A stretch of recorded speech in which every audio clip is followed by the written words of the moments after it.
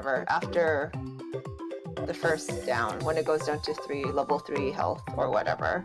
So like you're doing fine with Caleb. It's just you just need to upgrade one more level, I guess, or a couple more levels or something. It's not an upgrade. I just need a 4-star memory. That's what it is. I can't use a 3-star anymore. Like, that's what I hate. Okay, like, what's the point of having 3 stars then? Like, just give us 4 stars then. Like, if you can't even progress in the orbit without a freaking 4-star memory. What do you choose? Because look how far. I mean, I'm not surprised that Raphael and Xavier can get that far because, obviously I have their newest myth companion, so obviously I'm gonna probably progress them very far because I have their new like once I get Zane's new myth companion, he's not gonna stay stuck too long either. Yeah.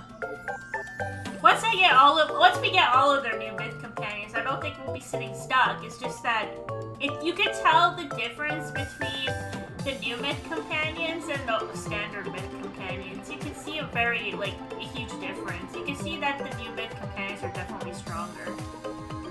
Yeah. Well, yeah. That's understandable since the new myth companions are, I guess, more limited. Yeah. So. I want Robot Caleb, but I don't have him. But his kernel is pretty strong. It's just, I would say, even stronger than Silas's myth companion, the Relentless Conqueror one. But yeah. I don't know. I find it annoying that you have to. It takes longer to activate the whatever power that is. Oh, okay. Yeah, you have to keep shooting you have to keep activating the normal power for the yellow bar to fill up, and then when the yellow bar gets filled up, that's when you can use the ultimate, or not really the ultimate, but like the 2-star power word. Yeah, words.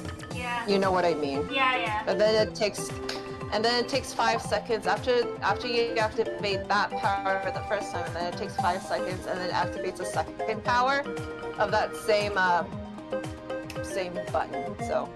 It is a thing. Like I will say, they clearly expect, they want you to pull for newer myth companions. Like that's clearly the intention for this game. Like that they want you to keep pulling because obviously they make it harder as you progress through the orbit. So, and if I didn't have, it's fine if you do not want to talk.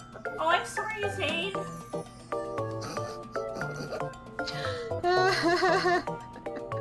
I believe you, no matter what. But yeah, like, what I do find is, like, if I didn't pull for, like, Raph or Xavier, like, I wouldn't have got that far with them, because I'm gonna say his Lightseeker is really weak. Xavier's Lightseeker is really weak compared to King of Dark Knight, and people are saying that he was nerfed, but he's so strong even being nerfed, like, in my opinion. Well, that's... yeah. Order snatching crisis, okay. Oh, good. Please have the... no, the other one's Is there something on your mind? Well, that is good to know, because I am stuck at my highest is Xavier, and that's where I'm stuck at.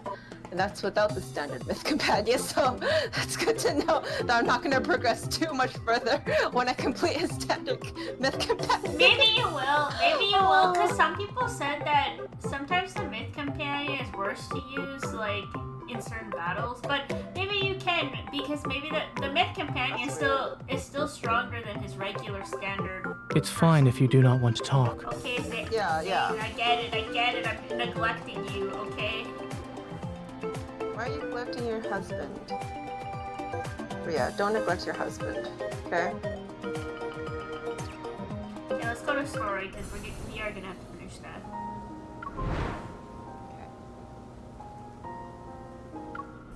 I guess you just want to switch to every other chapter, or every chapter switch narration and MC lines?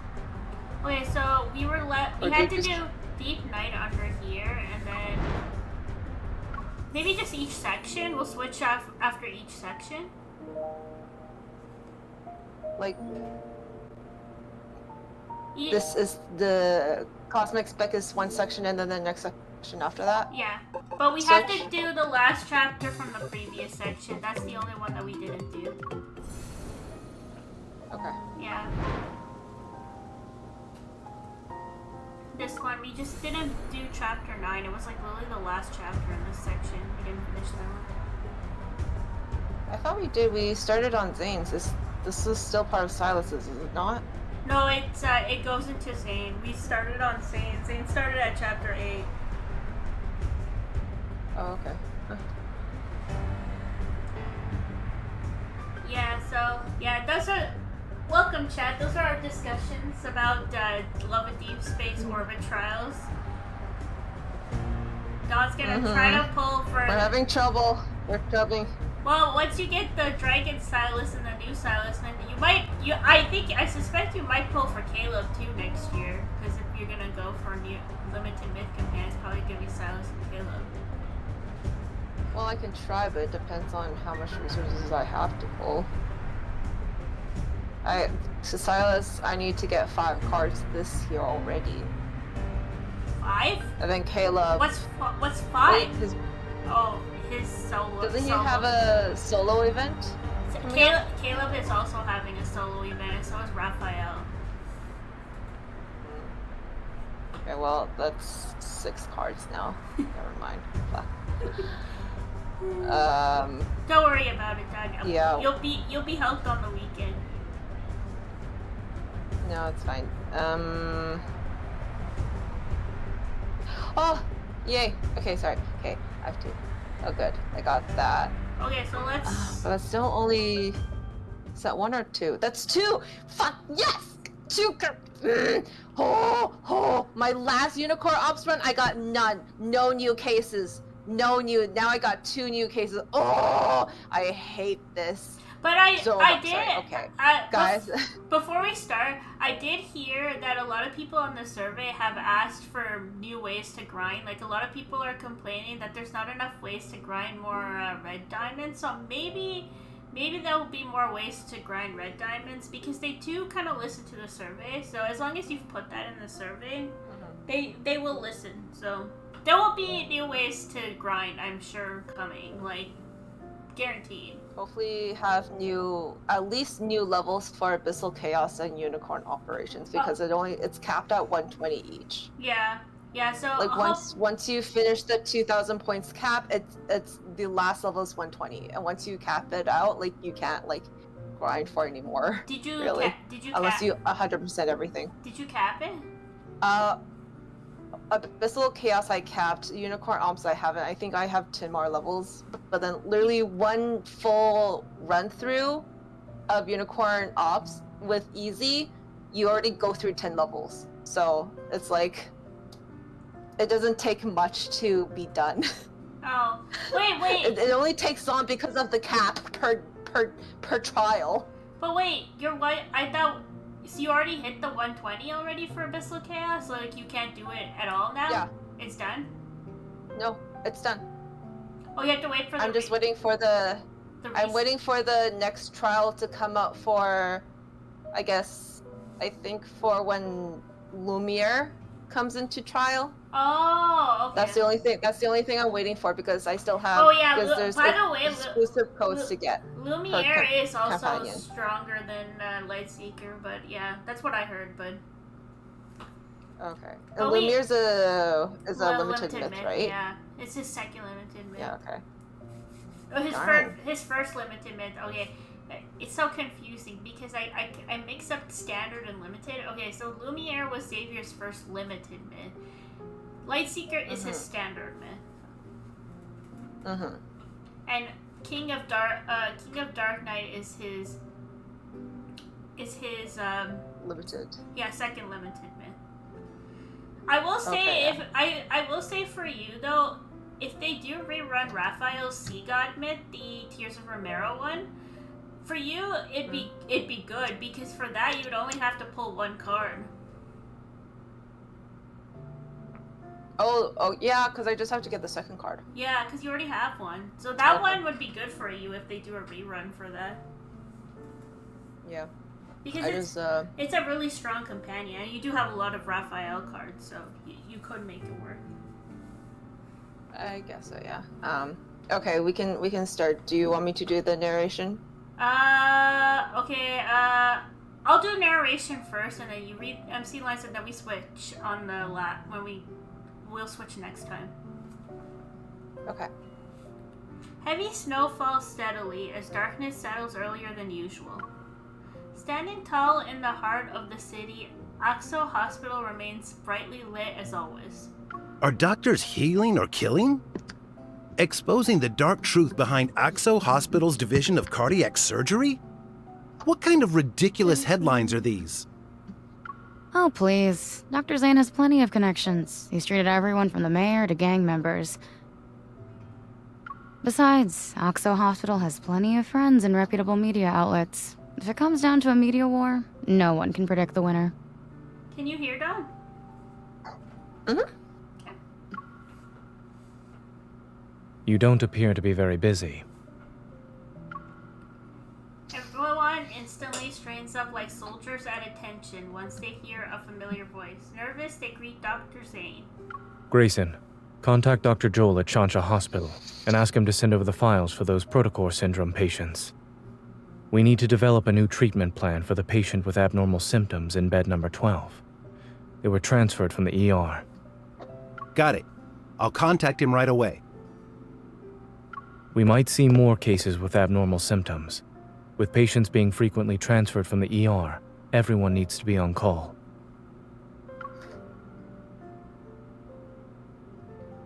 After methodically delegating the remaining tasks, the staff watches as Zane disappears down the hallway. Dr. Zane's composure is something else. He is not that much older than us, too. How is there such a huge gap? It's like the difference between gods and mortals. We can only admire him from afar. Come on, let's get back to work.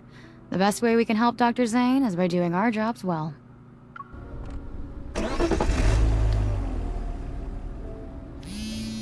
At 2:30 a.m., Zane gets into his car after finishing his work. A notification pops up on his phone. The hospital director approved his application for the medical research project. His phone rings. Zane glances at the screen. It's Dr. Noah. Zachary just called. He said you want to join the Fountain of Atay research project?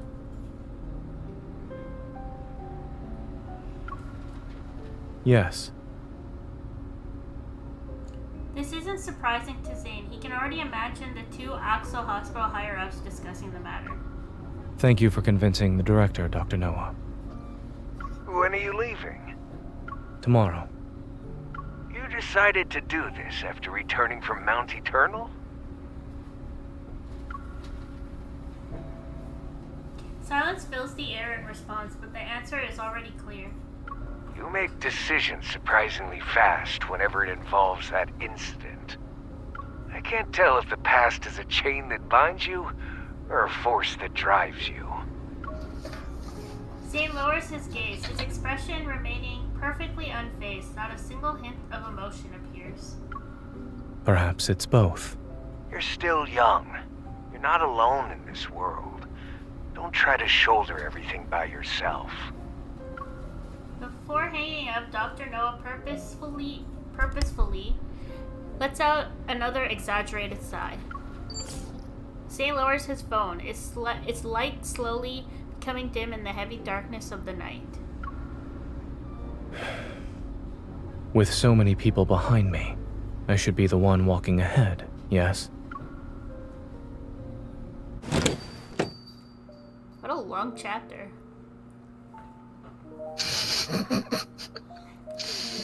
At 3 in the morning, a lone car glides across the wet streets before coming to a stop in front of Meltosio. The store employee has just flipped the sign to close, but when they turn around, their final customer of the day greets them. You're just in time, Dr. Zane. 1 minute later, and we would have been closed. I'm sorry for coming in so late. I'll have 1 sea salt chiffon cake and 1 dark chocolate hazelnut brownie, both of them to go. Yes. For the next month, could you please deliver 1 dessert each day to this address? A whole month? You can't do it? He's... What is he doing? We can.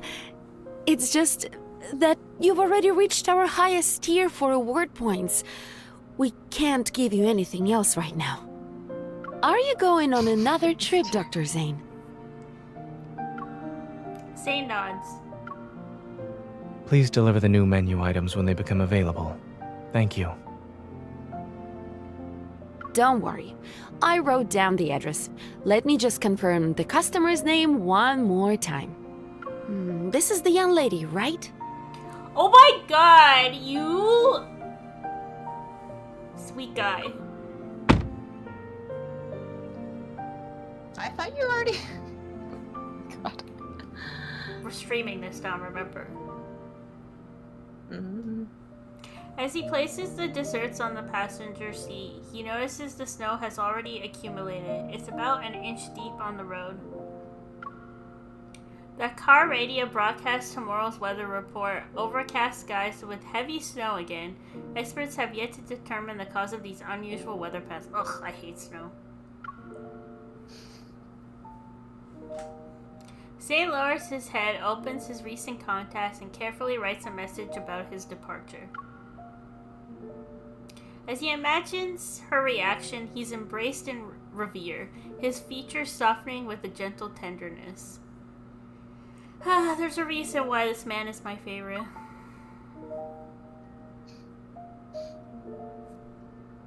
After sending the message, he opens the notes on his phone. The most recent entry was made at 4 a.m., the day before yesterday. First dream. Second dream, Mount Eternal. Third dream, Mount Eternal William. Fourth dream, chocolate, potted jasmine, gravestone monster. 14th dream, too fragmented, I can't remember anything clearly. So if you read his anecdotes, you would know that he sees Dawnbreaker in his dreams. And he's Dawnbreaker. That's another timeline of his where MC actually dies, so... Ever since he returned from Chansha City, these nightmares have appeared more frequently. It's as if fate is sending him omens. Trying to ease the dull ache of fatigue, Zane massages his temples. He turns off his phone, tosses it onto the seat, and grips the steering wheel.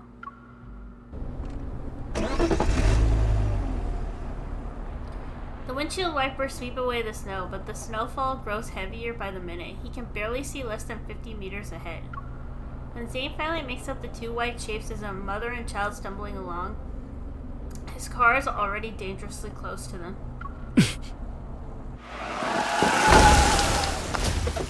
He jerks the wheel.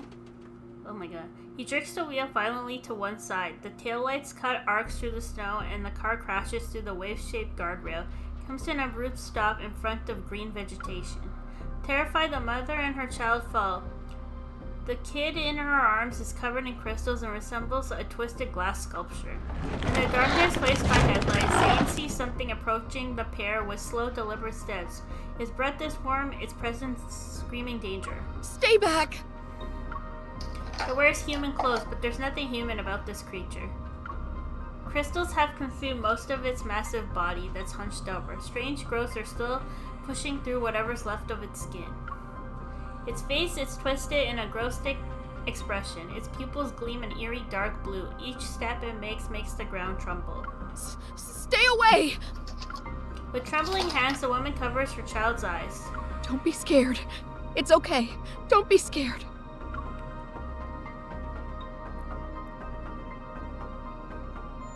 Inside the car, Zane's nerves suddenly tense as a ringing in his ears, which had subsided violently, returns. Sharp spikes grow from the ice, materializing in his hand. Zane raises his arm and aims the icy thorns at the monster. The colors of the night silently enrose into its power. It's like death itself is waking up from a dream. As the monster raises its hand toward the mother and child, a cold gleam suddenly cuts through the air and pierces its chest. Fragmented ice blooms from the monster's chest and almost cover its entire body. The woman looks up in shock to see a figure step out of the car. Moonlight illuminates his cold, almost mechanical gaze. As the monster lunges forward, a thin blade of ice instantly materializes in his palm. Shriek like the wind and emanating deadly frost, it flies toward the monster's body in a blink of the eye. You know, that's interesting, because you know when you do the orbits with the Wanderers or whatever, haven't you noticed that they kind of, when you're fighting them, they kind of sound human a bit?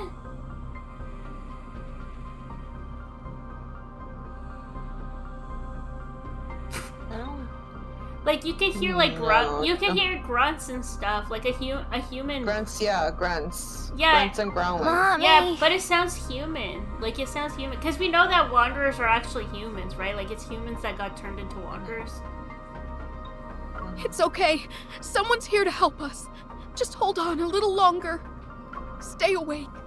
Promise me. Amidst the shattering of ice crystal, everything seems to freeze in time. Oh, oops. The monster falls to the ground and snow flies everywhere, obscuring all visibility. A white mist appears. A violent gust of wind howls and sends ice crystals toward the motionless woman. Huh? Still dazed from the recent brush with death, she stares ahead. From the blizzard, footsteps approach. Each step echoes and is like the ticking of a town clock. Please, save my son. He hasn't turned into a monster yet. He won't become one of them.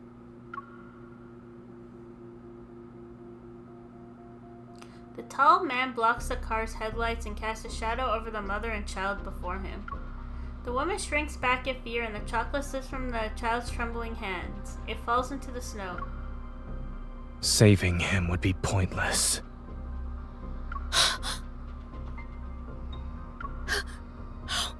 How dare you! Ignoring her anger, Zane bends down to pick up the chocolate and holds it out to her. Ice crystals fall from his fingertips, landing on the chocolate's wrapper. They melt to wash away the blossoming bloodstains. He's beyond saving. No! He hasn't turned into a monster! He's still alive! Heart-wrenching sobs slide through the darkness as clouds once again obscure the moon. Zane's silhouette quickly dissolves into the snowy night.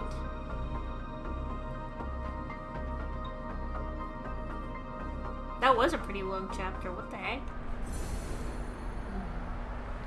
I did notice that the background music was a little bit low, so I'm just gonna turn it up because I have it at 2, okay? Because of this. The serious moment and then turns into nice, beachy, happy music. Yeah. I know. We'll just continue as is, Dawn. So for the next one, we'll for this one, Cosmic Spec, you will be the MC, I'll be the narrator, and then we'll switch to the next one. Sounds good. Dawnbreaker. Let's get to learn more about Dawnbreaker. In the early morning, street lamps cast a bright, lonely glow across the snow-covered streets. It makes the city appear deserted. Barely able to keep his eyes open, a boy dozed off in the priority seat. He swayed back and forth during the trip until he finally bumped his head. It was before the bus stopped, too. Ow! Now arriving at Azure Square Station. Please remember to take all personal belongings with you. As soon as he gets off the bus, cold wind mixed with snow hits his face. It washes away his drowsiness. He rubs his eyes upon realizing where he is. His gaze instantly lights up. Chuchi, wake up! We're here! The journey between the Arctic and Lincoln City spans thousands of kilometers. After several changes, he finally returned to his starting point. After hurrying to a secluded bench and making sure no one's around, the boy carefully sits down in his backpack and gives it to an admonishing pat. Gives it a I can't even. We're back. And you're not allowed to run off this time. Aww. Until we find the emissary, we need to stick to our usual plan. Pretend to be a regular dog whenever there are people around. You know, The fluffy kind that humans love to pet? Got it? We'll practice paw shaking later. The boy waits for a long while, but there's no response from the backpack. Should she? Where should she go? With a growing sense of dread, he unzips the backpack only to find a hole and a few tangled tufts of white fur. The wind whistles through the gap.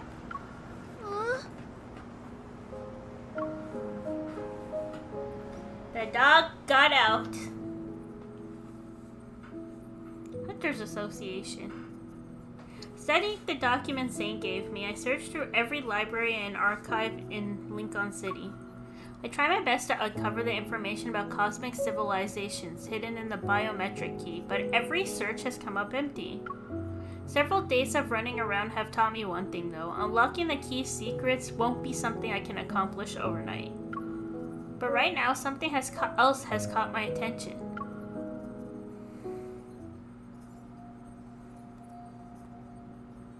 These are special pathological cases where the subjects retain a human's physical features, but their consciousness has been eroded. Only primitive aggression and instincts remain. And it says that they changed Jenna's voice and Grayson's For now, voice. we're designating them as Alterum. These Alterum share one common characteristic too. They were diagnosed with protocore syndrome. Protocore syndrome. 2 days ago, I received an unexpected message from Zane at midnight. It was long after we parted ways. I have to go on a business trip. It's not dangerous, but we might not be able to contact each other for a while. Don't worry. P.S. I'm not going to Mount Eternal. He said an announcement had become the norm. I scrolled through my emojis and sent back a happy snowman with ellipses above its head. The words protocore syndrome act like a signal. They connect my earlier suspicions to create a clear pattern. This is under Zane's field of expertise. Could his sudden departure be connected to these Ultram? The description of the Ultram reminds me of those so-called specimens I encountered in Skyhaven. With the Ultram appearing in Lincoln City, does this mean the Fountain of Vitae has entered another phase? But according to these forum posts, a mysterious figure has appeared these past few days. They strike before the police do, and their codename is apparently Dawnbreaker. Well, we know who that is. Mm-hmm. They always manage to deal with the Ultram before the police can arrive. Wait, what? Another urban legend? First, everyone's gonna have a different persona. All the leads are gonna have a different persona.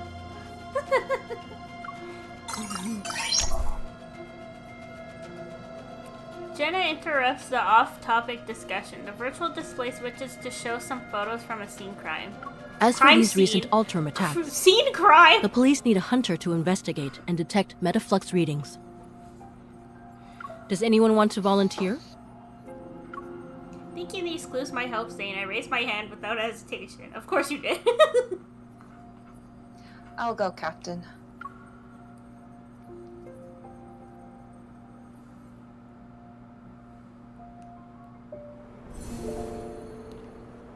That one was a lot shorter. I know! Like, why was that last chapter so long?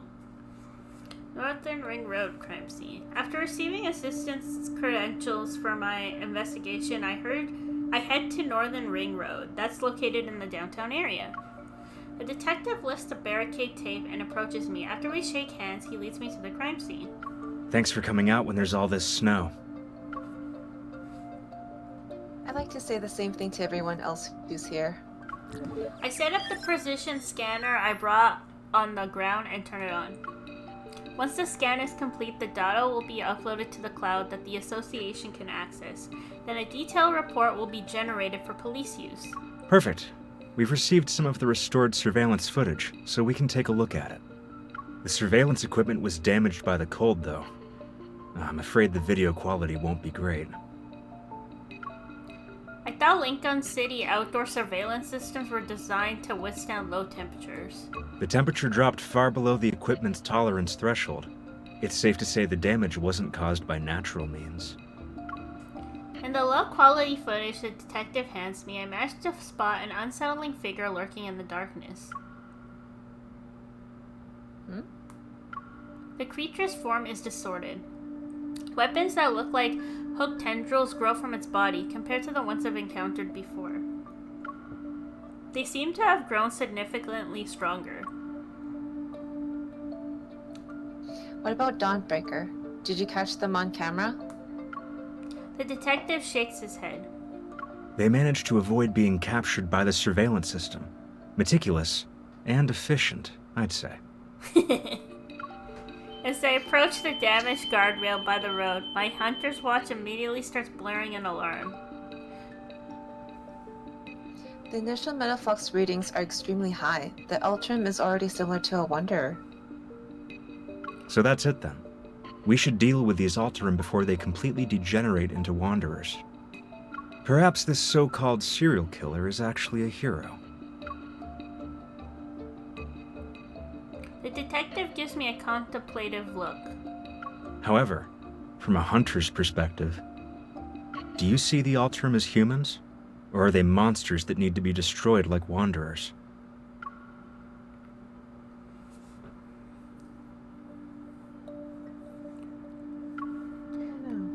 Oh, that's your line. The line between humans and monsters depend on whether they've lost control. Once someone loses control, they become a monster capable of hurting others. It doesn't matter how prestigious their status might be. What a thought-provoking answer. The sharp wail of an ambulance siren blares through the window and snow. It grows louder as it approaches. We both look up, our gaze is following it. Wanderers, Alterum, Deepspace. Sometimes I think about the kind of fantastical world I'm living in.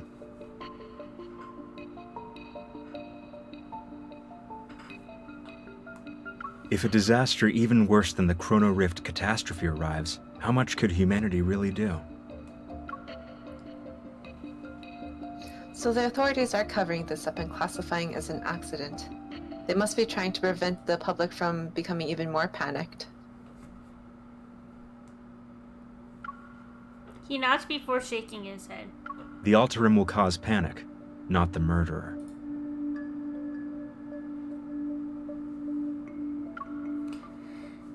Seeing my confusion, he smiles. A blood-stained murderer is more relatable than these abominations. Yay or nay?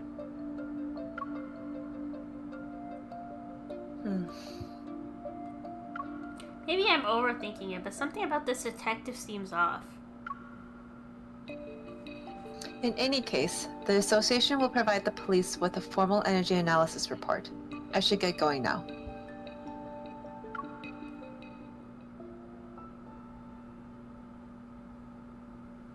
On my way home, I opened the forum post that Tara sent me a few minutes ago. It's about Dawnbreaker. Okay, guys, we are not reading this on stream. This is very... If you want to read it, you can unlock it. Dawnbreaker? The Alterum and Dawnbreaker. These names sound like links in a food chain, destined to exist in a perpetual cycle of predator and prey. Those monsters. Come to think of it, I'm not so different from them. The fuck? Will there come a day when others will try to erase my existence?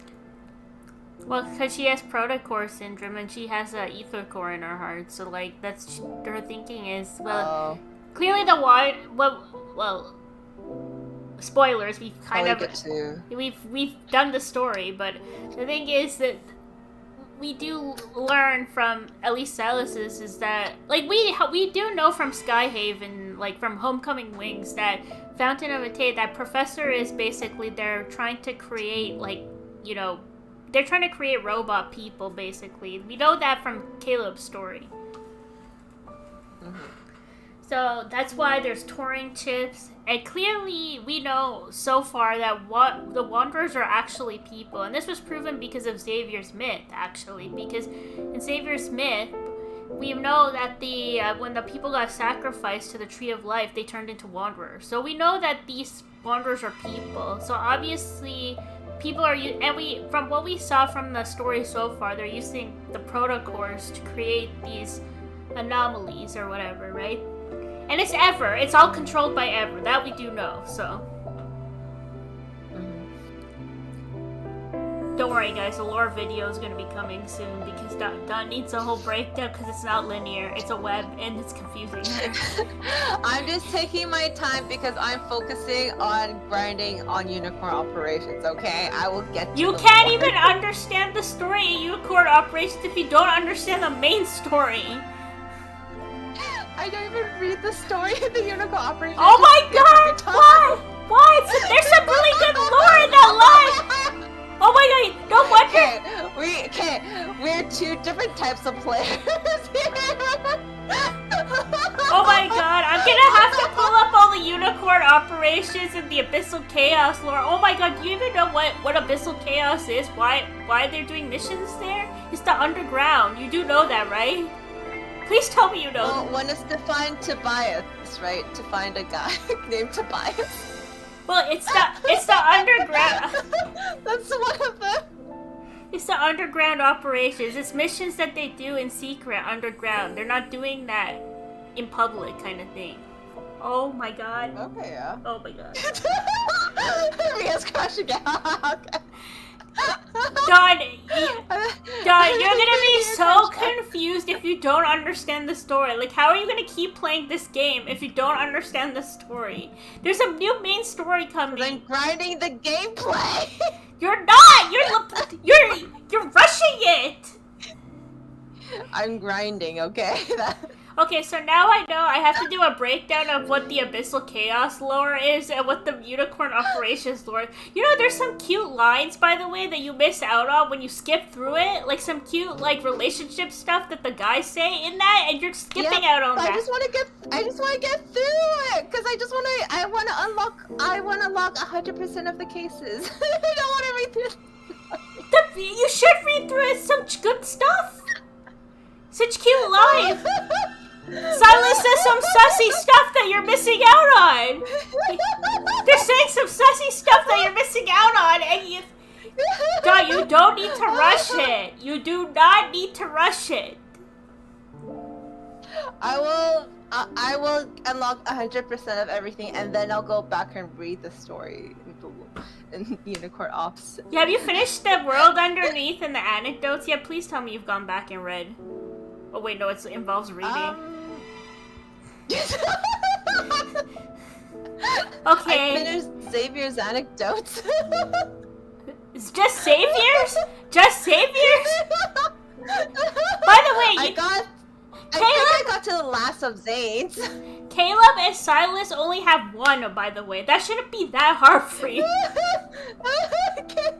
But I'm going down through the list of how the guys are shown every time you show the list of love interests. So Xavier, then Zane, then Raphael, then Silas, then Caleb. Then do Raphael, but if you're not Zane, do Raphael.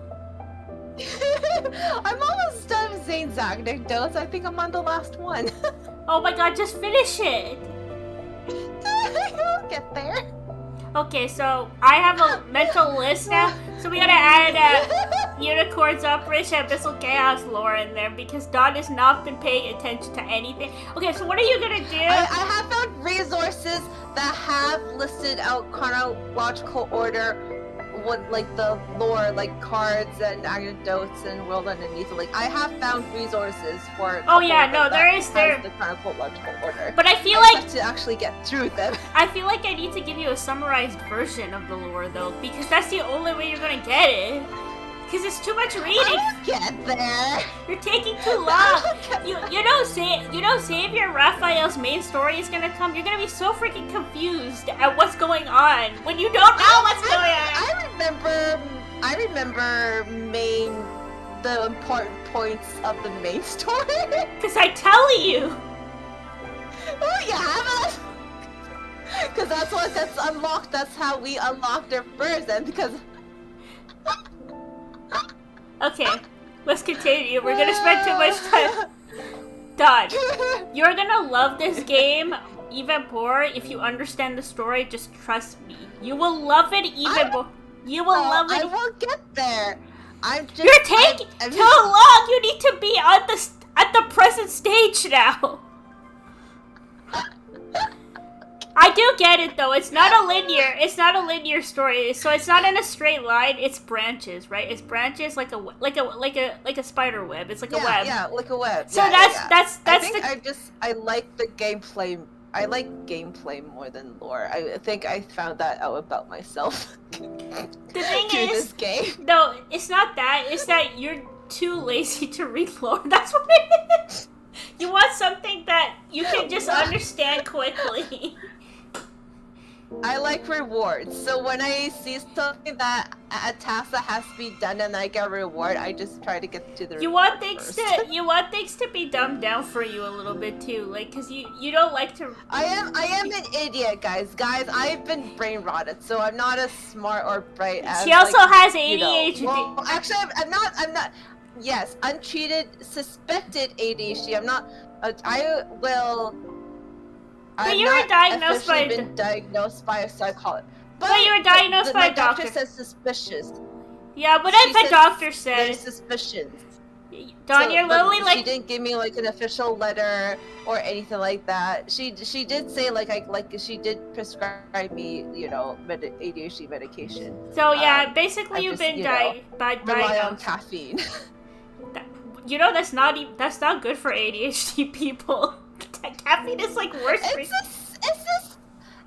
the same. Caffeine's a stimuli, and then ADHD medication's a stimuli as well. So it's like, Maybe you do need the medication. It's okay.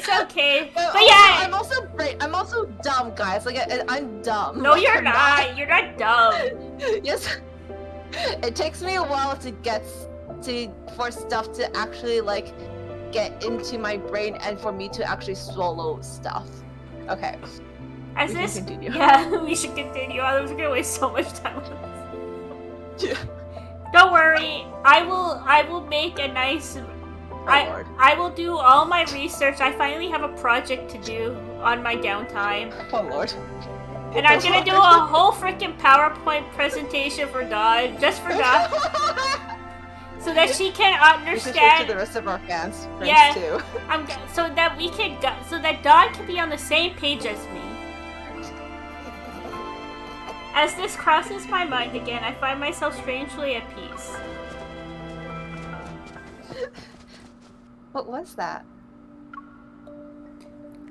By the way, Don, don't think we're gonna finish the story today. We've been sidetracking too much, but that's fine. If we finish this one section, it'd be good, and then we can do the next section another stream, and then we'll be done, and then we'll be ready for the new the new main story update that's rumored to come out sometime soon, actually. Okay, that's good. I hear a strange noise behind me. When I turn around, I notice foot. No paw prints on the ground? What kind of animal left these? A squirrel, maybe? Or a stray dog? Confused, I stand there, but then a white blur darts past in my periphery. My scarf suddenly tightens around my neck before vanishing. When I come to my senses, all that's left in the snow is a chaotic trail of footprints. The white blur has already vanished into the darkness around the street corner. My scarf! In the run-down, gloomy alleyway, only scattered spots of light fall upon the snow-covered ground. I did end. It took my scarf too. Where did it go?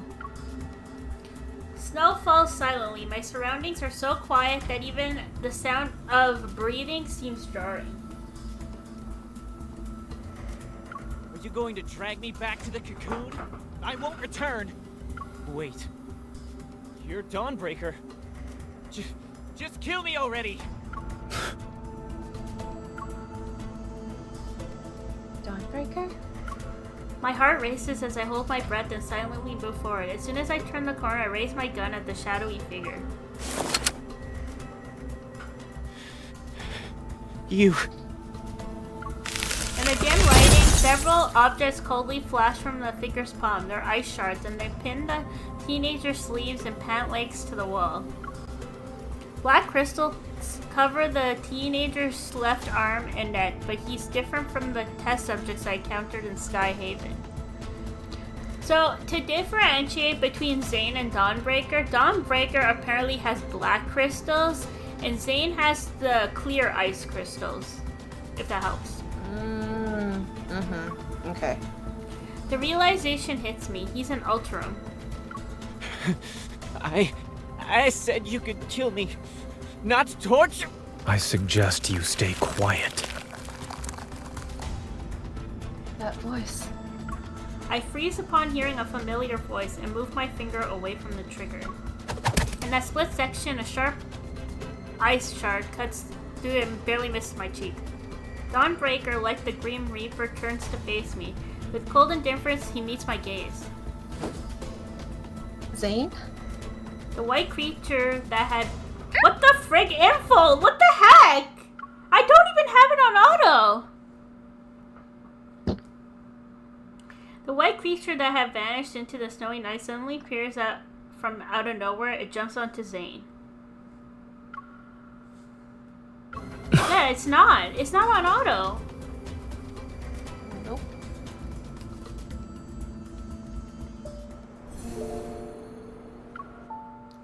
Hypothermia. Taking advantage of Zane being momentarily distracted, the teenager breaks free from his restraints and pulls out a knife from his waist. With desperate wild eyes, he lunges at him. Ah! But his wrist is caught and twisted again. The cracking of a dislocated bone echoes through the alley. What exactly is this cocoon you speak of? Why do you need to know so much? As if the word cocoon was burned into his nerves, the teenager suddenly jerks away. He clutches his crystallized left arm as he frantically runs to hide behind me. Spotting my gun, he forcibly grabs my hand and turns it. The barrel is pointing at Zane. If you're not going to kill me, then let me go. Stay back! A flicker of surprise appears in Zane's eyes, but that moment of uncertainty quickly fades and his usual coldness returns. Zane, why are you here? Zane, who should be away on a business trip, is in a remote alleyway in the middle of the night with an Ultram teenager. He was addressed as Dawnbreaker, too. Something isn't right. Questions pile up one after another in my mind as I assess the situation. I slowly try to free my hand from the teenager's grip. You haven't gotten to the point where death is necessary. Zane and I speak almost at the same time. I'm once again taken aback by the coldness in his voice. But after tonight, that might change. The crystals will erode your body. Your skin will be split open, and your bones will be ground to dust. When it reaches your neck, you'll lose your voice. No one will hear you scream.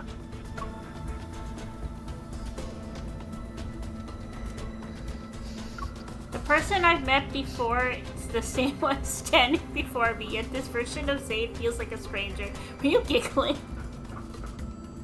No, I was trying to breathe heavily because I was like, what the fuck is going on to breathe heavily? His voice is cold, his gaze is cold, even his breath is the epitome of coldness. No, we should audition to be voice actors for games or something. We should. I honestly, you do a really good job. Yeah. You do a really good job. Oh, thank you.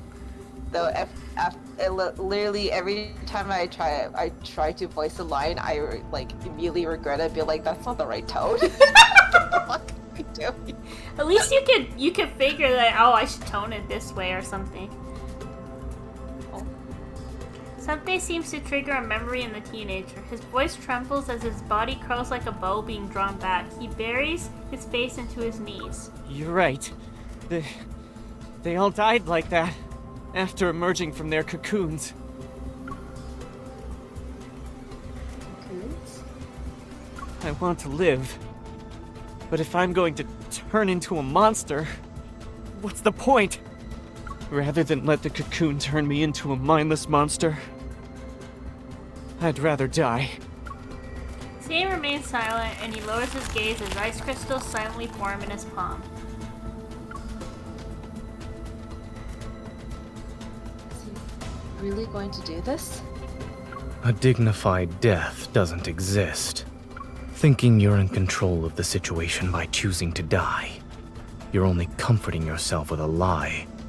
Did you escape just so you could die like a dog? Don't lecture me with that nonsense! The teenager straightens up and lunges at me again, his hands trembling uncontrollably, yet he grips my gun with all his strength, refusing to let go. You're a hunter! A hunter's gun can kill a monster like me, right? Pull the trigger already!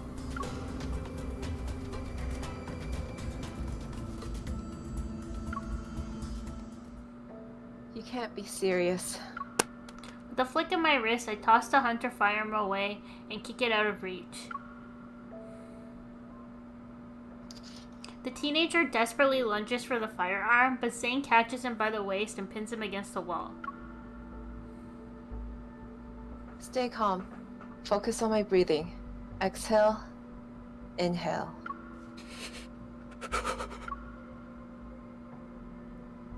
You're trembling.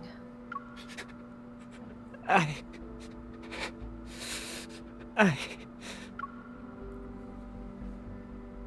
know you don't really want to die, so stop playing it.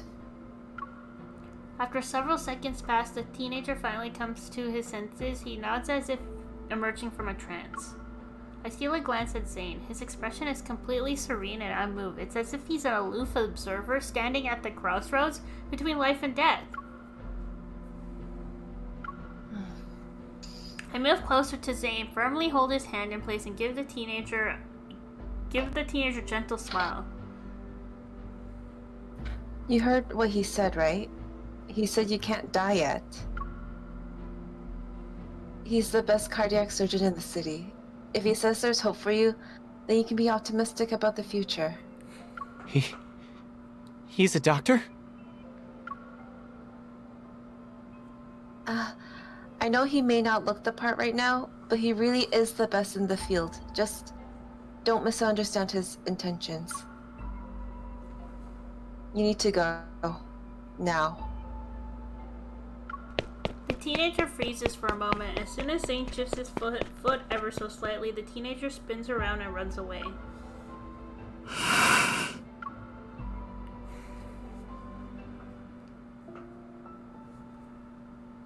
Late into the night, the streets gradually darken. The light reflected off the snow makes streetlights appear soft and dim. After watching the teenager leave, I turn back to look at Zane, who feels like a stranger. The small animal of an unknown breed stubbornly refuses to let go of his coat. It whimpers as he pushes it to the ground again.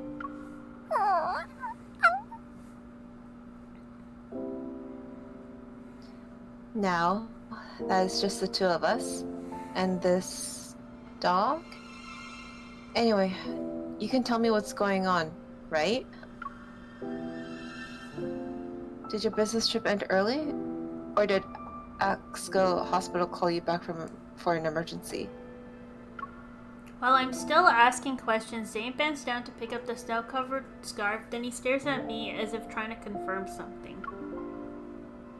Is this yours?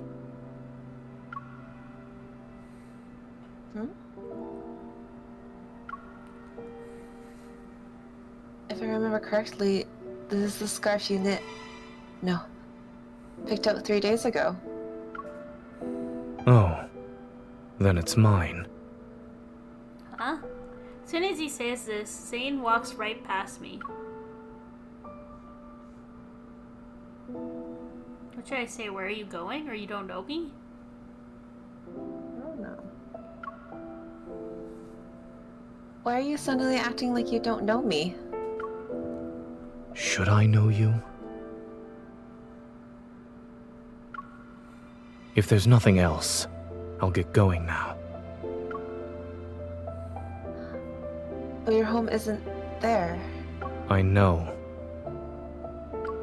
He stops in the snow and gives me a cold glance over his shoulder. His voice is devoid of any emotion. The subway station is this way.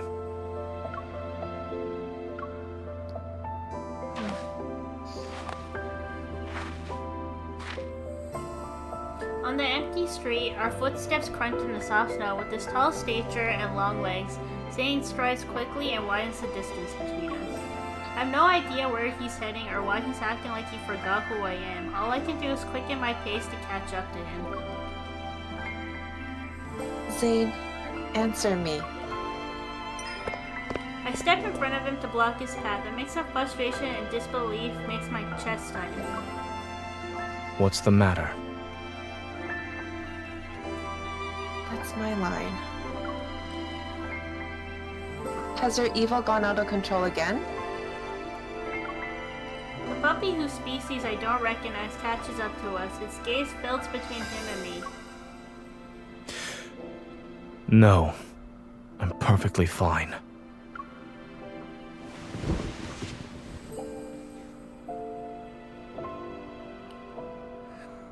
Zane casually brushes me aside and continues walking. Hey, I think a couple is breaking up in the middle of the street. What? The puppy quickly shakes the snow off its body, gives me a sympathetic look, and then runs after Zane, who's already walking away. No, follow me, puppy!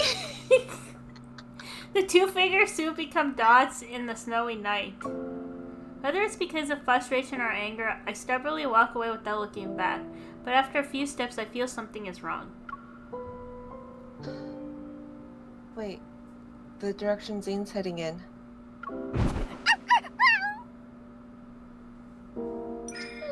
Puppy! My heart races as I quickly follow the footsteps in the snow. Zane lies unconscious on the ground, his brows slightly knitted as if darkness is dragging him down into its depths. Zane? I crouch and shake his shoulders, but he doesn't respond no matter what I do.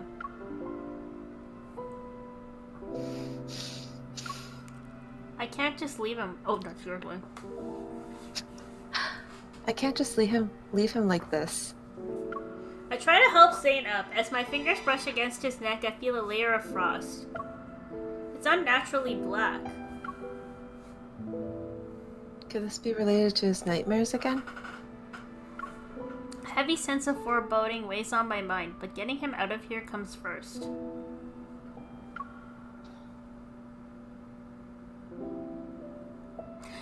I struggle to support Zane's weight as I drag him along one step at a time.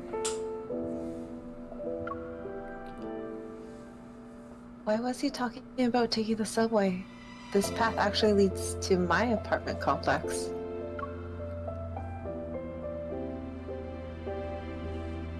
Could just buried him in the snow since he's lying unconscious. Oh my god, John. I'm so mean. You are. That actually would give him hypothermia.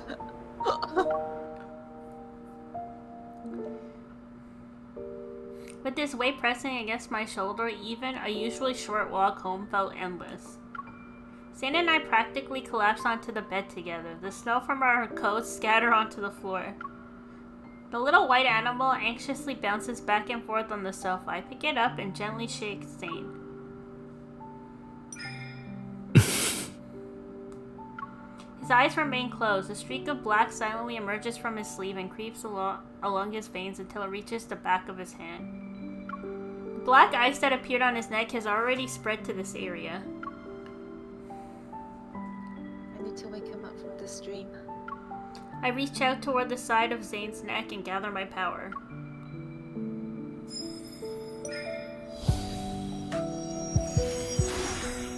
Almost instantly, I sense the chaotic surging power raging throughout Zane's body.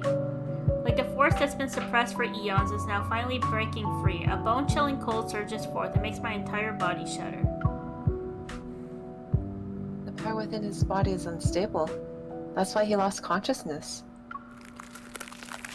At that moment, Zane's eyes snap open and he grabs my wrist. What are you trying to do? Help you? He grabs my hand Exactly. and pins it. Encased in ice, my wrist is already stuck to the wall once I realize what's happening. Ungrateful little shit. You. I take several deep breaths to compose myself. I'm trying to help you treat the black ice. When did it start appearing? While I was dreaming. He lets go of my wrist and the ice crystals dissolve with it. I guess there's no point in asking. To my surprise, the black frost didn't disappear after our resonance. It stubbornly remains on his body.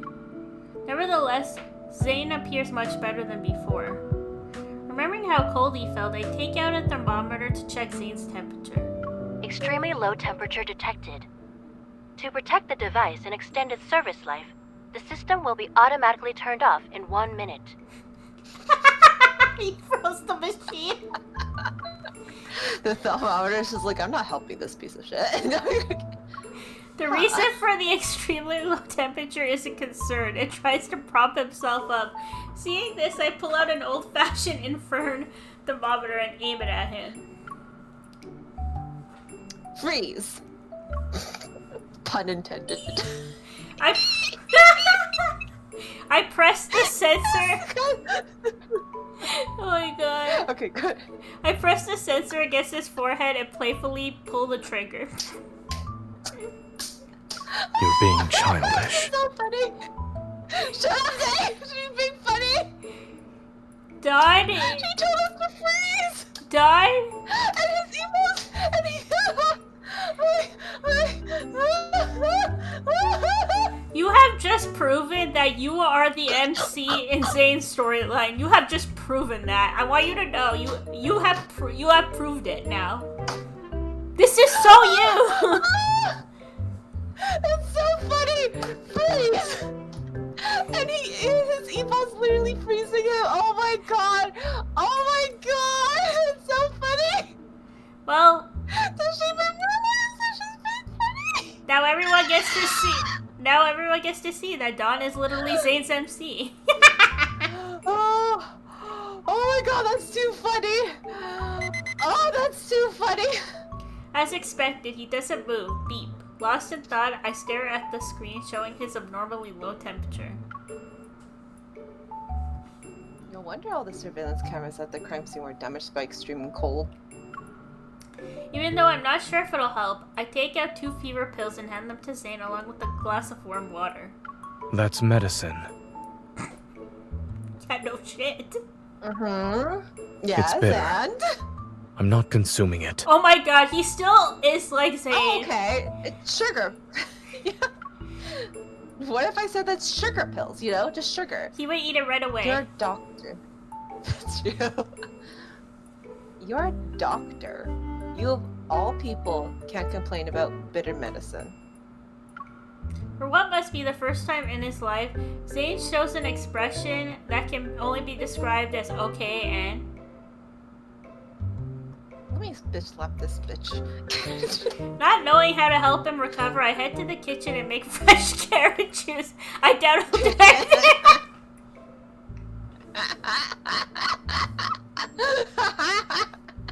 Go MC! Should we rename this? We should rename Rolla to Dawn because it's so This is something you and Joe do. Yeah.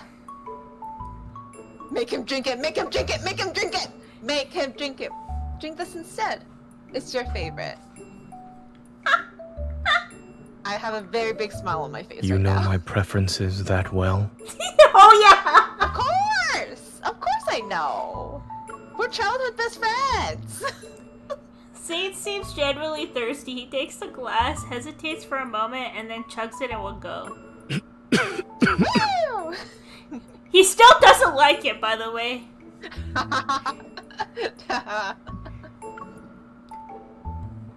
Well, do you want to give a more detailed review this time? He meets my gaze as the entire glass of carrot juice turns into a solid column of ice in his hand. Yep, he still It's doesn't... awful. Yep.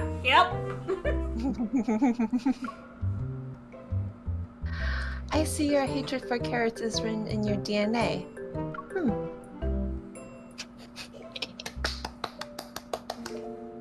See? As the night It's funny to prank them. As the night deepens, the hustle and bustle outside my window gradually fades into silence. I gather every blanket and quilt in the house to stack on top of Zane, then I crank my heater up. I'm not cold. I've already told you this. Shut up! Take these blankets away. Why don't you take them off yourself? Exactly, Zane. I don't have the strength. Then don't move. Easy as that. He purses his lips, only to furrow his brow a moment later. You've been fussing over me for a while now. Is it for a particular reason? Not really. Don't look at me. Hey, this is still my game. I guess that's... You're important to me. I know you would have said the not really though. Yeah. I was gonna click that just to keep the roleplay going, but it's okay. It's okay, yeah. Uncertainty flickers in his gaze. I don't know what you're talking about. Oh my god, this is so you! I don't want him to see my expression, so I turn away.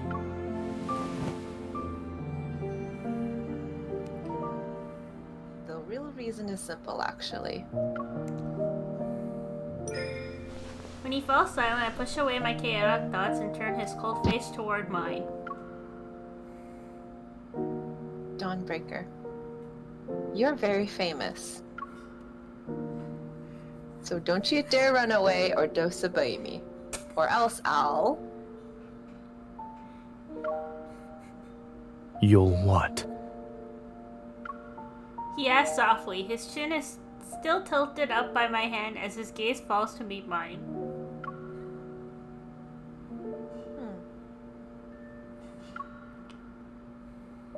I'll make sure you won't live to see tomorrow's dawn. I yank the blanket up to block his voice and gaze into the darkness. Yeah, this sounds like you so much. Like, this is the time of What talk. you described is not the first time this happened to Zane. Oh, she called Dr. Noah. I witnessed it once when he was doing research with me at Mount Eternal. He became a complete stranger overnight. I figured this wasn't the first time Zane had been in this state. Dr. Noah's words only confirmed my suspicions. How did he recover from it? That's something only he knows. Over the phone, Dr. Noah sounds just as troubled as me. Back then, he ventured deep into Mount Eternal by himself, as if he had something to do there. When we saw him the next day, he had returned to his usual self. The one we all knew. I guess whatever he needed to do was done. Mount Eternal. So that's the anecdote you have to read, Dawn. It's the Mount Eternal one. That's the last one. Better read that. That place seems to be hiding a burden that Zane has never been willing to speak about. But my intuition tells me that whatever changed in Zane must have happened before the Mount Eternal incident. Though I think you do know what happened, right? Did I mention it to you? I think you did, and I also read a few fanfics that also detailed that. Yeah, so point. There was something happened there, and then one of their colleagues died. Yes. That he couldn't save.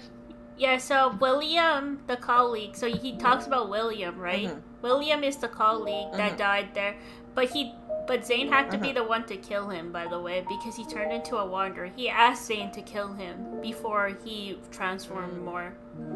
So that's how you figure out that the people are turning into wanderers. Those black ice crystals, seemingly out of reach, they linger somewhere in the depths of my memories. So what I will say is, because we do know that he can turn into Dawnbreaker, so pretty much it's clear that the reason why he left MC in childhood is that he must have turned into Dawnbreaker when he was younger. Because we know that he left with his parents because an incident happened between them where his evil went out of control, right? And he almost like killed her, right? So that's when I think he turned into Dawnbreaker. Oh wow. Okay, yeah, that would make sense.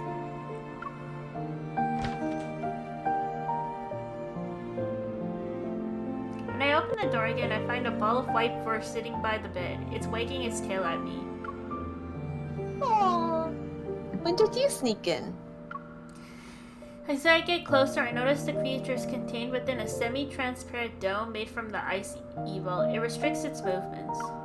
I don't even need to ask who did this. Zane really doesn't show mercy, huh? I'm gonna slap his bitch-ass face for caving this cute little animal. How dare he?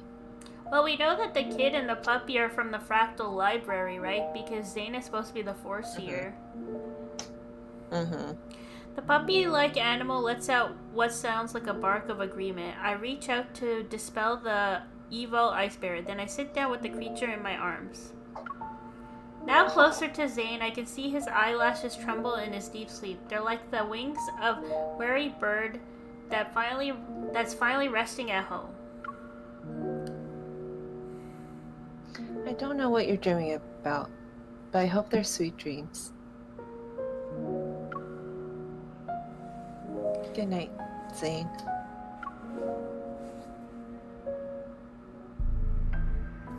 In the stillness of the night, only the white creature notices a faint sound. A subtle energy seems to be flowing. The white animal's ears twitch as it looks up at Zane and the girl's joined hands. The cold, corrosive sensation gradually fades. A warmth surges through Zane's cold fingertips like water traveling through a leaf's veins. For this soul that's been trapped in nightmares for so long, the unmelting black ice covering his body finally recedes bit by bit.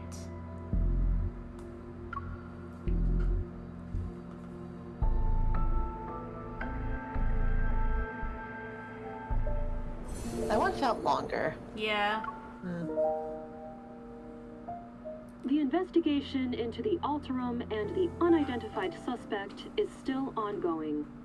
We urge all citizens to remain vigilant, avoid spreading rumors, and exercise caution when traveling alone at night. Let me know if you want to switch in case your voice gets tired. Yeah, I think I'm fine. I have water, so I'm good. It's already the next morning. When I wake up, groggy, I prop myself up and press my temples to clear my mind. I don't know how people do this, like, day after day, like, so many days in a row. I'm glad we take breaks, because it's a lot of reading. It is, yeah. It's already the next morning. When I wake up groggy, I prop myself up and press my temples to clear my mind. Beside me, Zane is still asleep. It's a rare sight at this hour. I will say there's not been a lot of voice lines. There's been a lot of narration, though. I lean closer and slowly become aware of his steady breathing. I watch as it slightly stirs the fabric across his chest. Poke.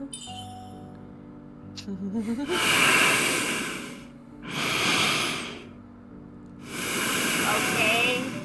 Why? Are you okay? No. This is payback for making me haul you home through the heavy snow yesterday.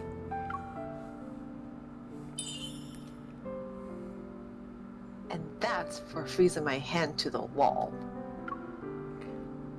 Really a poke. Should have slapped him.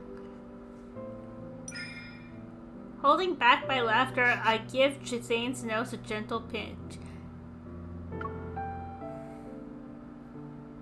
It really hurt when you froze my wrist, so I'll pinch your nose for that. Make it suffocate. So, Is messing around with people while they sleep a habit of yours? I feel his warm breath on the top of my head. My breath hitches as I meet his slightly wary gaze. Zane? The morning light filters through the curtains and falls into his tousled hair. Well, he's slightly smiling, so it's probably him now. Looking into those eyes, I can tell that familiar Zane has returned. Yes. Joy wells up inside me as I wave my hand in front of his face. Are you finally awake from your nightmare? He nods, and as he stretches his neck, I see the black ice on his body has completely disappeared. You're actually back to normal. You could phrase that differently.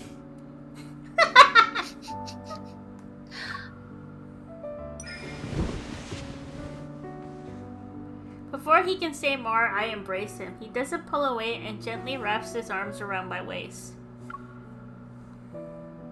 Congratulations. I'm the first person you saw when you woke up.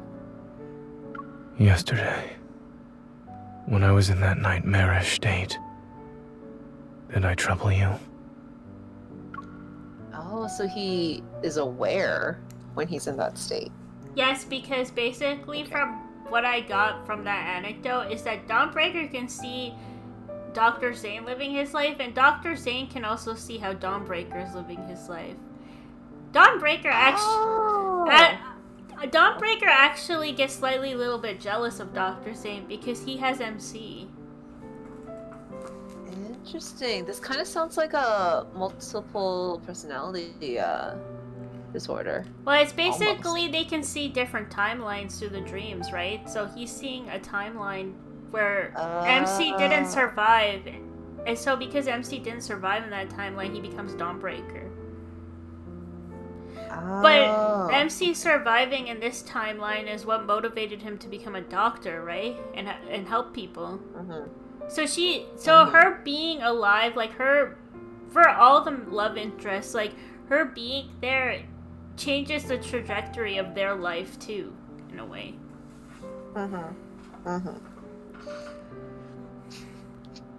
You were kind of cute, or you were a little childish. Okay, we'll go with the you were a little. Thank you. You're cold, distant, and had an unpredictable temper. You're even a little childish. But that was still you, wasn't it? I'll just think of it as seeing another side of you, Zane. Why do I hear a hint of disappointment in your voice? Seeing that cold and willful side of Zane, even for one night, reminded me of when we barely knew each other. I feel at ease as everything falls into place. A moment passes and I look into his eyes again. How much do you remember about yesterday? Zane rubs his temples and sits up. It's a little hazy, but I remember most of it. Including how you froze my electronic devices and hand to the wall, and how you even told me to not be nosy. He glances away for a moment before his gaze calmly returns to me. I also remember how you stacked blankets on me and did a test with carrot juice.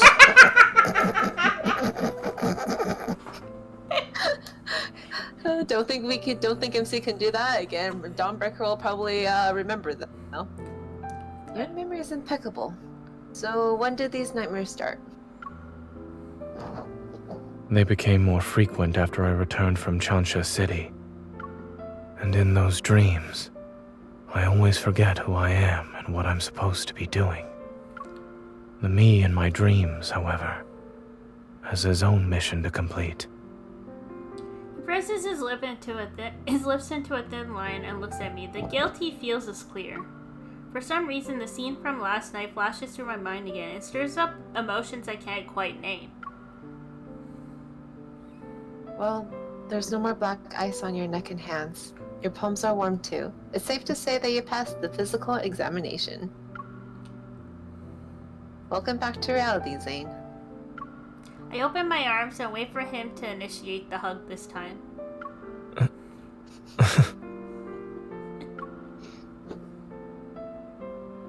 Zane hesitates before leaning down. Then he wraps his arms around me. His warm breath brushes against my neck.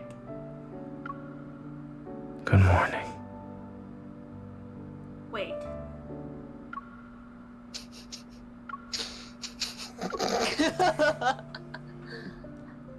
Before taking Zane home, he accompanies me to the association. I'm gonna update them on my progress in the Ultram investigation. Dawnbreaker vanished overnight. Some people on the forums joked that he'd been broken by the dawn. Was he broken by? Broke him. Yeah, you broke him, Dawn. The police investigation has hit a dead end, and the relentless snowfall is still the biggest obstacle for gathering evidence at the crime scene. While waiting for Zane to finish shopping, I sit in the car and look at today's news. Ever, which announced the Fountain of Atay initiative, has revealed the first phase of the project, the Val Sanatorium. According to several reports, Val Sanatorium is using medical pods called Rebirth cocoons to treat patients with protocore syndrome. Rebirth cocoons? My mind quickly latches onto this word. I heard this term yesterday.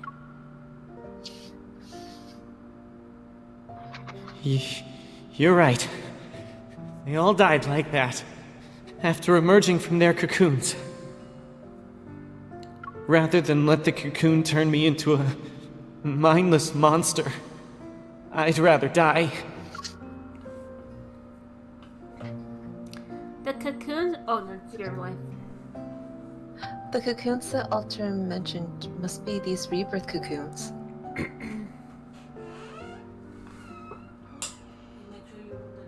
Yeah. Sensing my troubled thoughts, the white creature pushes his fluffy self from the back seat to settle on my lap. Aww. Are you trying to comfort me? Thank you.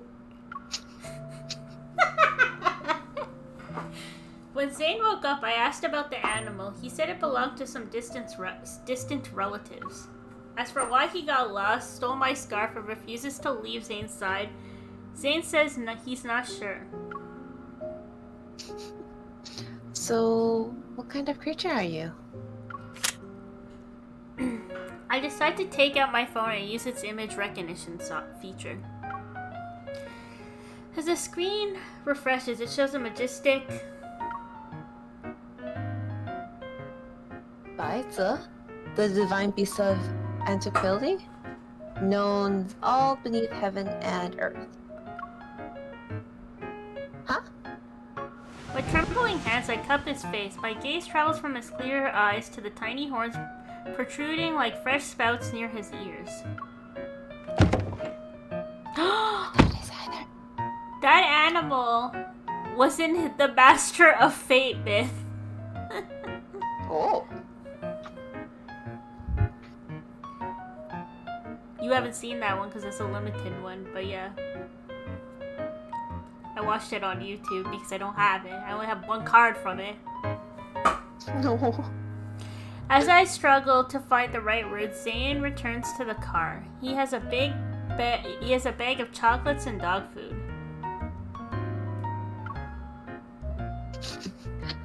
Since you bought dog food, why don't you keep him? After all, your robot vacuum is the only other living thing in your house. Shouldn't it have a friend? That won't be necessary. My robot vacuum has its own social life. What? With other robots? Say, what? What is this? Oh my god. Is it with Otto? Is it with other Otto? Through the windshield, the warm glow of our headlights cuts through the heavy, snowy gloom. A figure is looking around. while standing near Zane's house. It's a young boy in plain clothes. He's holding books in his arms. As soon as we get out of the car, the boy's face lights up with excitement and anticipation. He spreads his arms wide, forgotten the books fall to the ground. Emissary!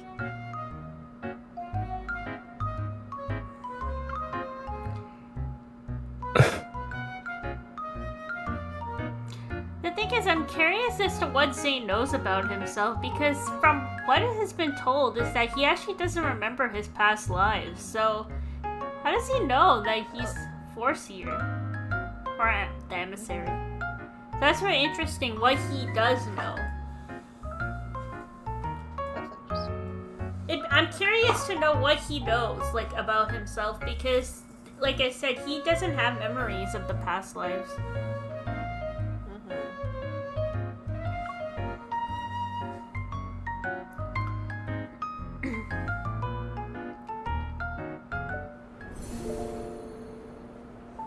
Almost done. Yeah, almost. 2 more chapters? 6, 7, 8, and 9, so, well, hopefully these go fast. The unfamiliar teenager rushes towards Zane, who's standing behind me. The mysterious little creature, wagging its tail, runs over as well. Soon enough, all 3 of them are tangled in a group hug. Let go of me. Zane! The teenager steps back, then he excitedly scoops up the small animal. So that's where you went, Shuchi. Why didn't you tell me? Watching this harmonious scene between human and animal, I'm touched, but then I quickly become confused.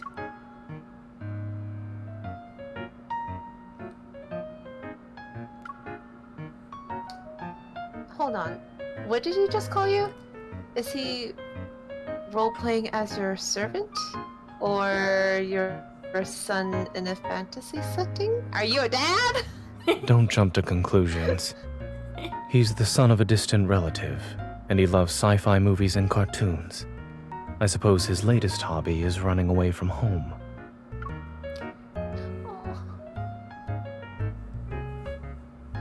But now that I'm looking at him, this kid reminds me of...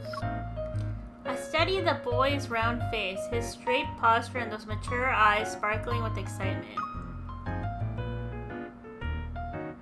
Come to think of it, there really is a teeny tiny resemblance. Hey! Before I can finish my sentence, Zane swiftly taps his knuckle against the top of my head. You should channel your brain power into writing a research paper instead. I'm just teasing you. I know you didn't look like this when you were young. You looked worse when you were young. I'm kidding, Zane, I'm kidding! I lean down to get a better look at the boy. He has delicate features and appears to be around 11 or 12 years old. Do you live in Lincoln too? Well, you could say that. I live in the Fractal Library. Excuse me? In a nearby residential area. The Fractal Library? I never heard of it before. Is it a new building? Knowing he's related to Zane, I find myself adopting a gentler, friendlier tone. Is this little guy your pet? What breed? Actually, what kind of animal is it? He's just a regular pet dog. He's not special. Go on, Shuchi. Bark.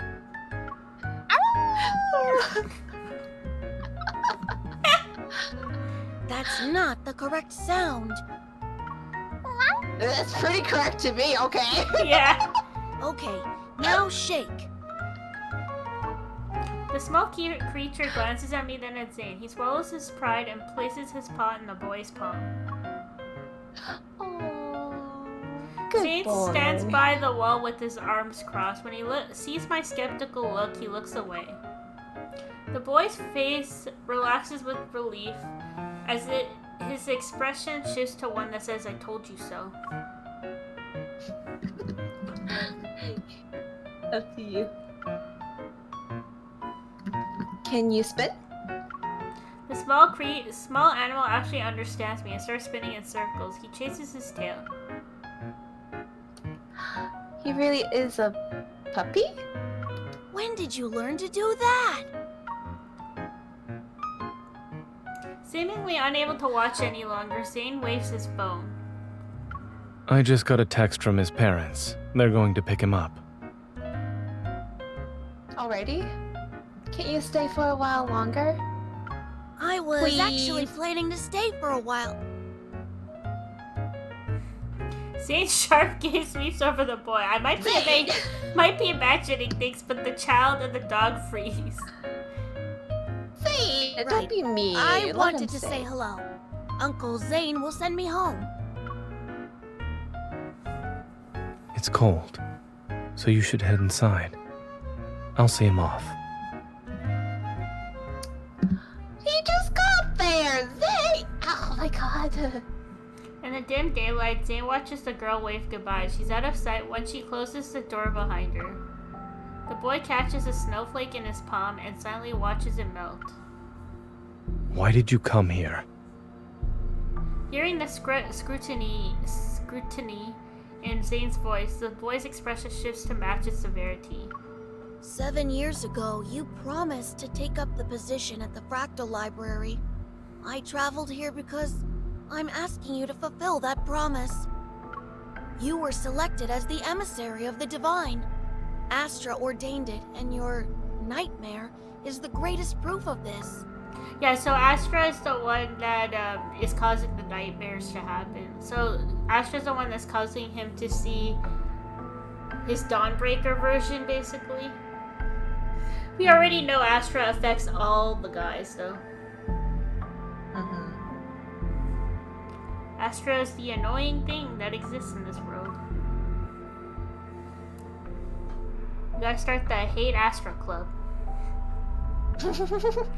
Zane speaks before the boy can say more. I also said that I had my own choices to make and more important matters to attend to back then. The boy's expression grows serene, and his voice carries a maturity unlike one from a few seconds ago. Was becoming that version of yourself in the nightmare also a choice?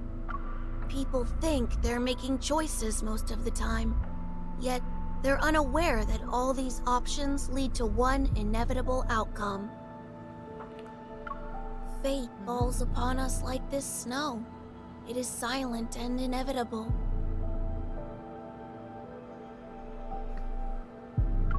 And you too are destined to become...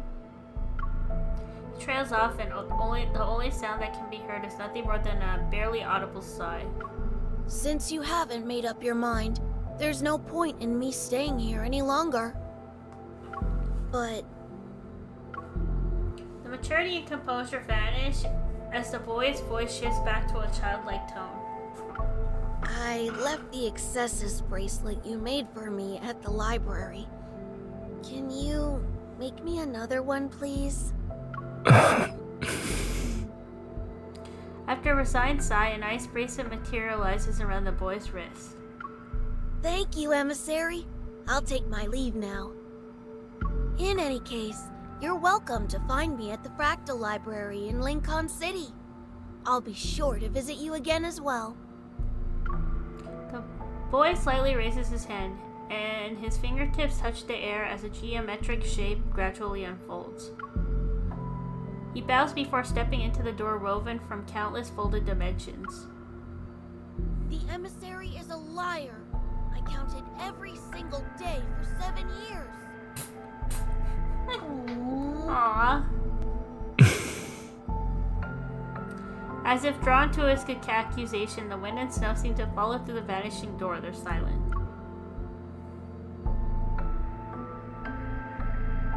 The snow ceases, and Sam remembers the first time he entered the Fractal Library. Even though it's called a library, its exterior was remarkably ordinary. It was a building nestled in a quiet corner of Lincoln City's silent streets. The young boy begged him again and again, so he pushed open the slightly weathered wooden door.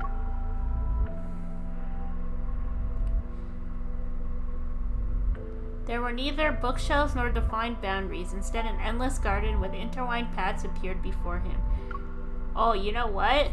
in his card, in the Iceborne Warmth, in his wedding card, that means when we saw it during that anomaly or whatever, he knew where we were. Yeah. And a library that seemed to belong to another world stood at the point where those paths converged. As soon as Zane stepped into the backlight, he raised his hand and saw countless bookshelves. They reached toward a tower summit where sunlight poured in. The library shelves were endless. They were like stairs that led to another dimension. Then a young person approached them and claimed that Zane and the young boy were the administrators of this place. In addition, Zane was destined to become the Fractal Library's owner. The young person told him that the Fractal Library, which stood at the intersection of dimensions, didn't really exist in any galaxy. It didn't belong to any civilization either. And each book in the library contained the fate of a world. Zane wondered if his own fate was among them. Perhaps his nightmares were hidden within a page of these large volumes from the moment he pushed open the door. On the night he returned home from the library, Zane had a different dream. In an unfamiliar world, he wore robes as he walked in a very tall tower. He was leafing through an ancient tome. Between his pages lay a jasmine petal from a spring day. That spring day belonged to a timeline he had raised with his own hands. It would ever remain unknown to anyone.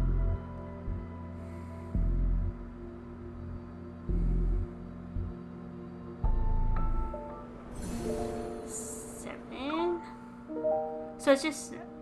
Oh, 8 seems to be a battle. Yeah. Just as Zane enters the house, I finish roasting the tangerines he bought.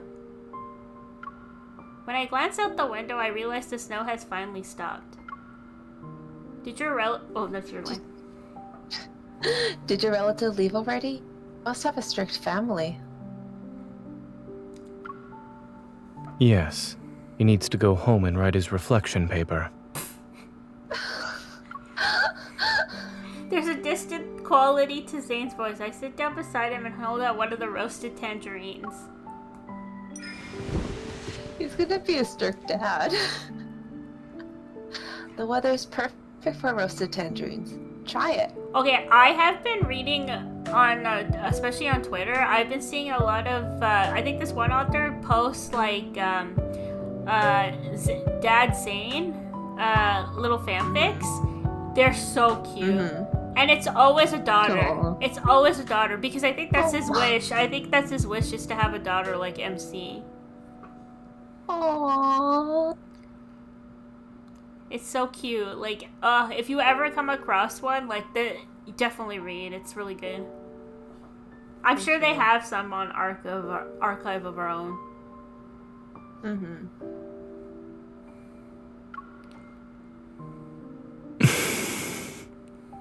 He stares at me for a long time before finally eating a piece of the tangerine. You don't want to know what happened during the past few days when I disappeared? If the explanation is going to be filled with medical jargon, then no. As for the rest, Zane will tell me when he wants to. And if he doesn't want to, that's his choice. He can't help but smile at my deliberate emphasis on the last words. He takes the half-peeled tangerine from my hands. Soon after, a warm orange slice is brought to my lips. I said goodbye 3 days ago because I had accepted Carter's invitation.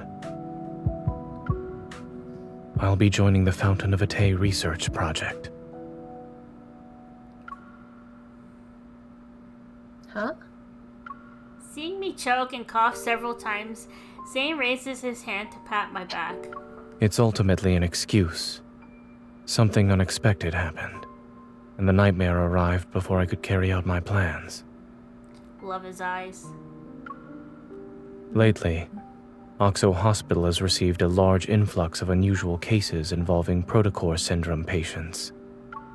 Some died shortly after hospitalization. Others transformed within a month and became... an Alterum. Zane nods. All these patients had recovered at Val Sanatorium after entering a medical pod called the Rebirth cocoon. Val Sanatorium, according to the news report this morning, is the first phase of the Fountain of Atay.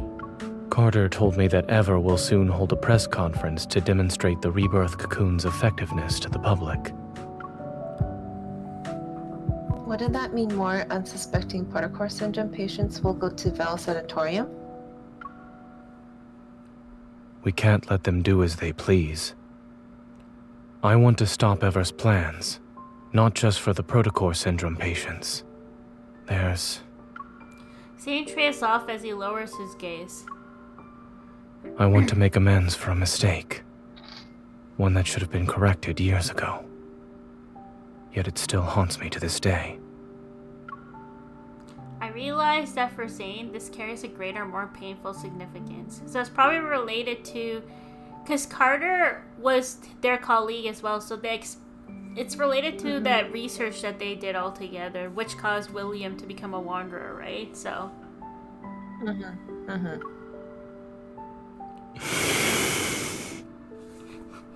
I know I disappeared without a word before. Angel? But... Hey, it's a good nickname, okay? It is. It's so cute. I picture him saying that. That's why I had to go in my head. I'm like, what can I picture Zane saying as an endearment word? It is Will cute. you come with me this time? Yes.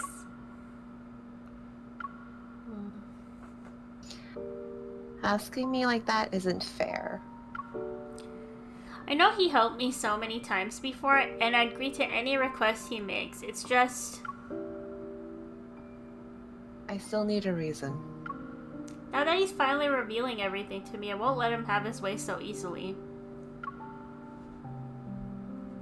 What's in it for me? The whereabouts of the other core, dirt on Ever, or more leads about that biometric key? A few sweet words aren't enough to make me risk my life with you.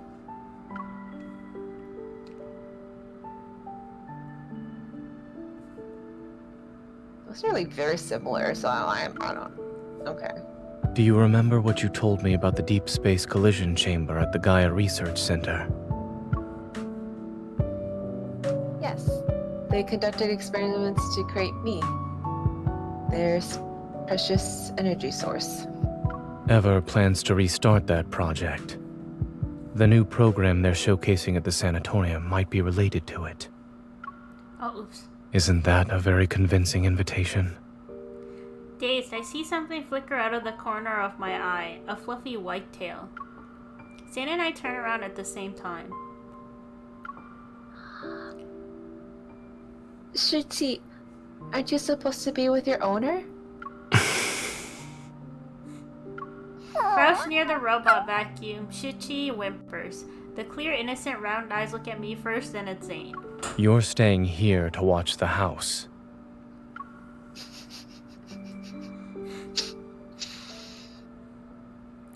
In the white testing facility, a row of circular medical pods lines the room.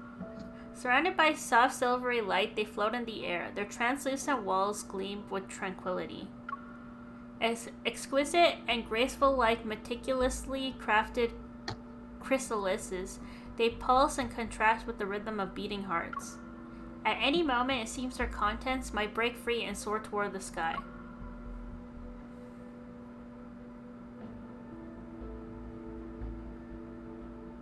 One last one. Yep. Yeah, that's really it. And then we'll save the other one, the other section for another stream. Probably next week, maybe. Yeah, we can do other games. After driving west on the highway for 2 hours, patches of green vegetation finally appear amidst a desolate landscape. Looking through the window, I can see the distant dome of Val Sanatorium loom in the morning mist. After yesterday's events, we decided to tour the sanatorium as visitors to investigate. The Fountain of Atay, the Rebirth Cocoon, the press conference, none of these can be tackled in a single move. However, we can assess the situation first before planning our next move.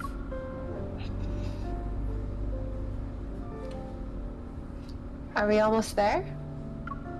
Dad, are we almost there? I feed the last cookie to Zane as he drives. He nods and takes a moment to gather his thoughts before speed. Of course it's a cookie.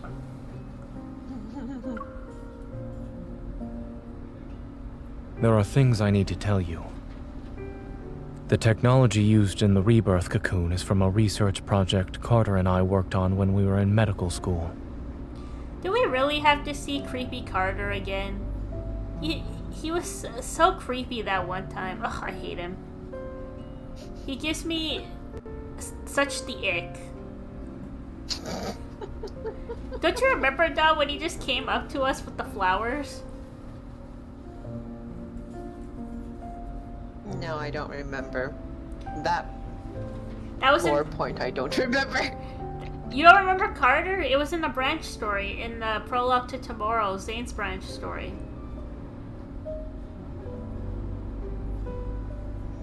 No. Oh, what does he look like? You'll see him in a minute. I guess he'll come up. Yeah. He was really enthusiastic. He wanted us to join he wanted us to be an experiment for the research project. That's what he was trying to get us to do. Oh, okay. That means you were not paying attention when you were doing that branch story. You just shuffled through it so quickly.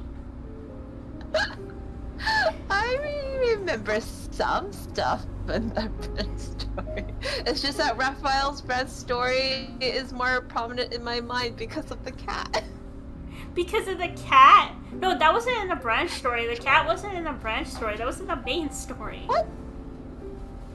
Huh? Yeah, that was in the main... The branch story is where Raphael and MC are on the boat. They go to that... They go undercover or whatever. And he turns into the sea god when they go into the island or whatever. Done. I'll have to rewatch the branch stories. Jeez. Okay, go. You need to go rewatch the branch story. You have nothing to watch right now. You watched all your memory cards. Go back and watch the branch stories. Like, good God, there's so much lore in it. It's been a while since we played the main story. I know, but how do I still remember everything? Oh my goodness. Okay. Back then, I began researching the application of protocors in implantable devices under Dr. Noah's guidance. It was also something I was interested in personally. At first, the research progressed smoothly. Yet when we started doing experiments... We need to stop researching this. Well, one thing I was gonna say. When are you pulling for Silas's beach banner card? When do you use your lucky day? August 24th at 10 p.m. I'm not sure how many polls I can do. Okay, good to keep you know. You're coming over tomorrow and Saturday, you know that, right?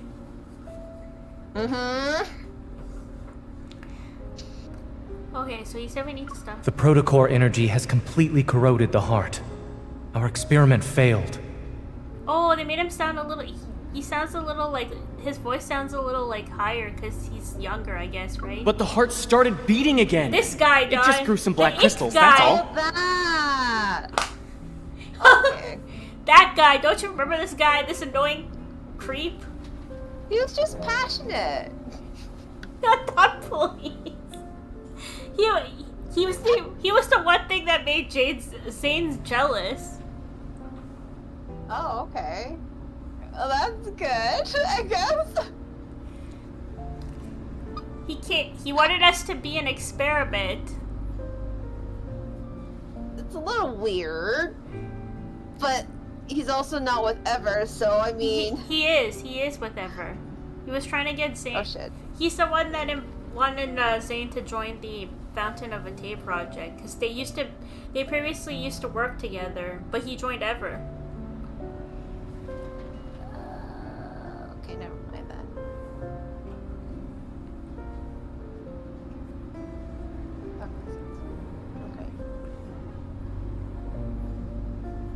That's why he was trying to get us, because Ever wants to get their hands on us, I think. Did you know?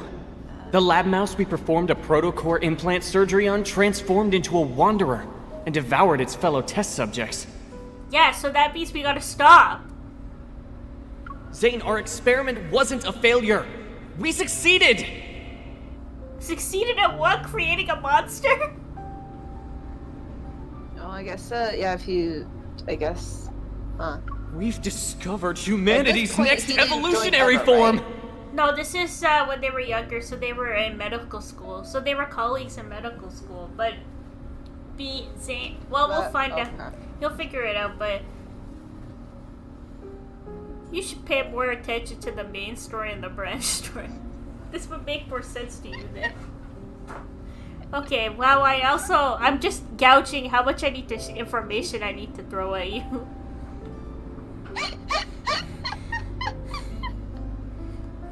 We definitely need to visit that barbecue place near the campus tonight to celebrate.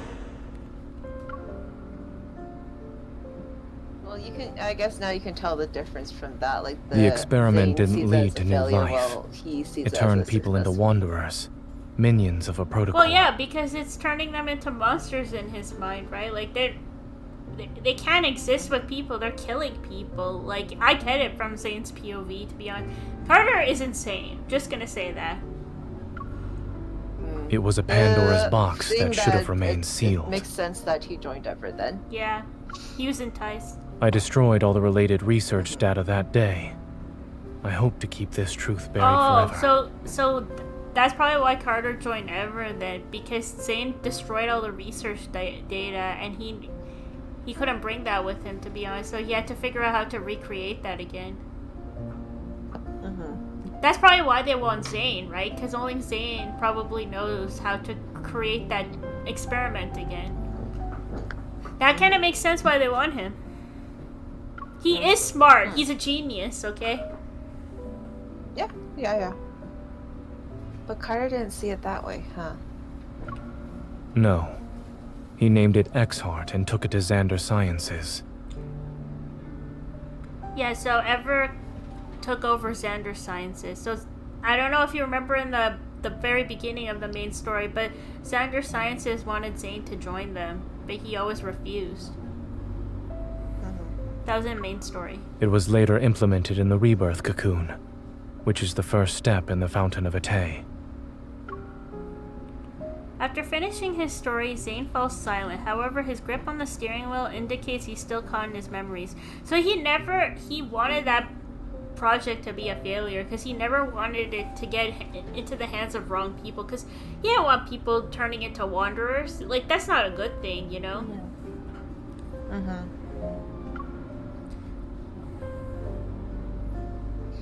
This is the mistake you want to make amends for. Not wanting him to dwell on the past, I clear my throat and line the moon. I used to think about how if we had gone to I would have dragged you out to have fun every single day. Party! We watch the flowers bloom in spring, enjoy the summer rain, collect autumn leaves, have snowball fights in winter. But based on what I've heard, you must have been too busy to do any of that one.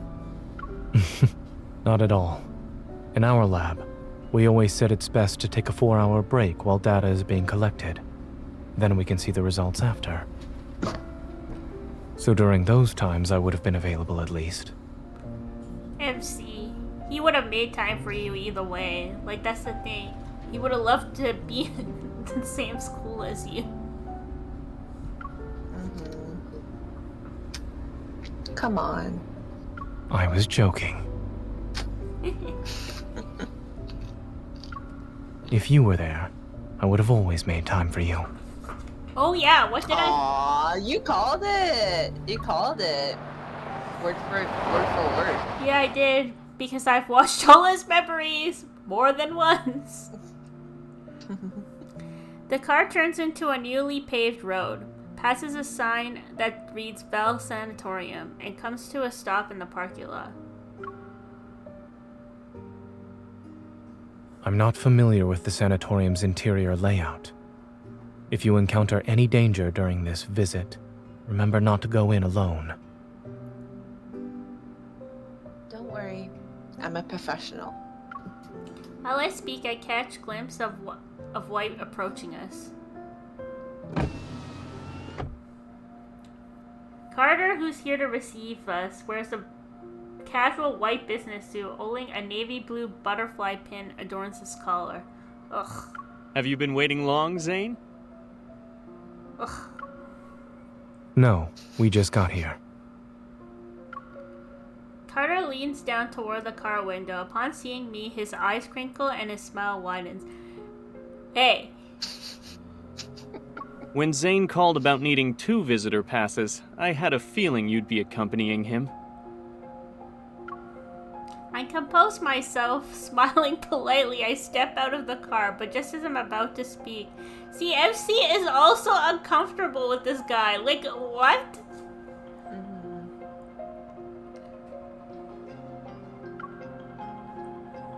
Let's skip the pleasantries and head inside. Yeah, Zane does not like this guy.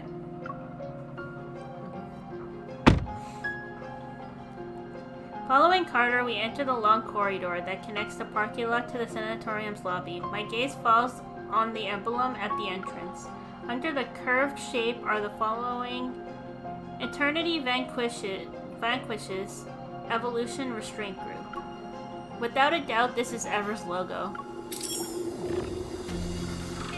Carter activates the scanner and a white light immediately sweeps over Zane and me. A cheerful electronic female voice speaks. Visitor identification verified. Zane. I am Telomere, the AI management system of Val Sanatorium. Welcome to our facility.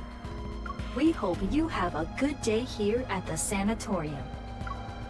The doors slide open and we enter the first floor lobby of Val Sanatorium. Pristine white surrounds us. So bright. The seal is unadorned, its white surface seamlessly integrated with the recessed sliding system along its edges. Beneath our feet, a gentle light bathes the white marble floor and illuminates every corner of the lobby.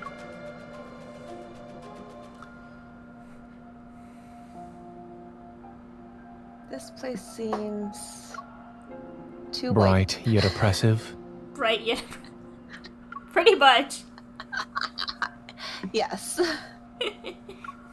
Pristine, silent, and unchanging. It's as if time itself stands still within these walls. In this environment, Zane and I stand out like 2 stains on an otherwise white canvas. A few doctors in white lab coats passed by us. Although they were quietly discussing patients' medical conditions, they nodded in Carter's direction. Since Zane personally asked me for visitor clearance, I should give you 2 a proper tour. Side by side, we follow Carter as he leads us to the reception desk in the center of the lobby. I see the Fountain of Ate finally caught your interest. All those phone calls over the past month weren't in vain. But I'm curious, what made you change your mind?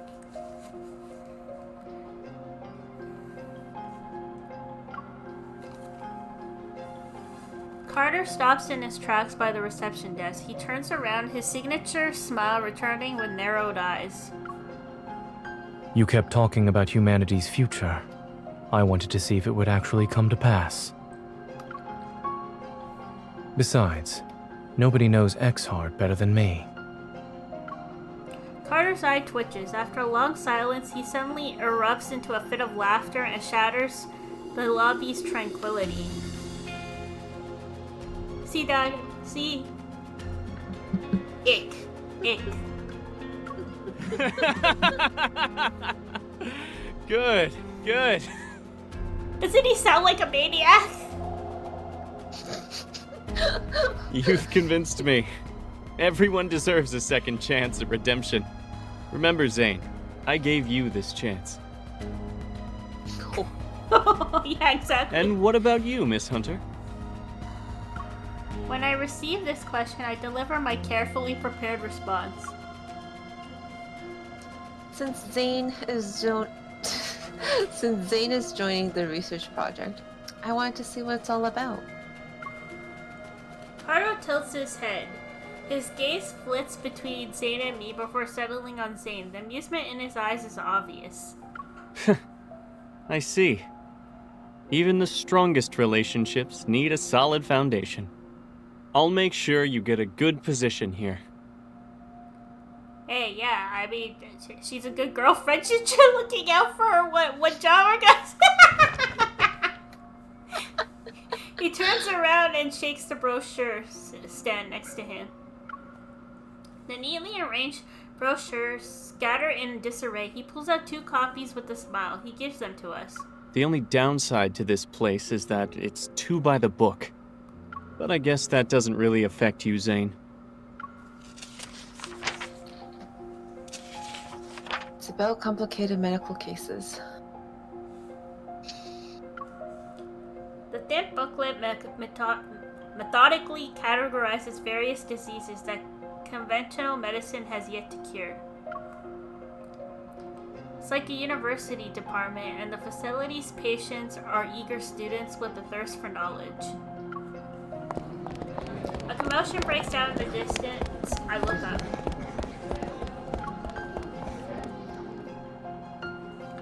It's a group of elegantly dressed visitors being led into the lobby by a receptionist. They are being guided upstairs for a tour. On the staircase leading to the 2nd floor, several patients in white hospital gowns are walking down the steps. I expected to see many high-profile figures in this place, but even then I never thought I'd see her. Karen, who's 43 years old, is a war correspondent. She won numerous prestigious journalism awards. She spent years reporting from the front lines, faced countless life-threatening situations, and has earned a large amount of respect in society. A year ago, she was attacked by a wanderer, got protocore syndrome, and rarely appeared in public since then. I've met her a few times at Oxo Hospital, and I heard she was also one of Zane's patients. Dr. Zane, it's been a while. Noticing us, she comes over to say hello. Zane acknowledges her with a slight nod. Ms. Karen? Someone of her caliber choosing ever. That's probably the best endorsement they could ask for. I heard that when she left Axo Hospital, she had less than 2 months to live. Her daughter had just learned to say mama when you handed her a death sentence. How cruel. Because it's the natural way of life? I know it's cruel. Like, I know it's sad, but like...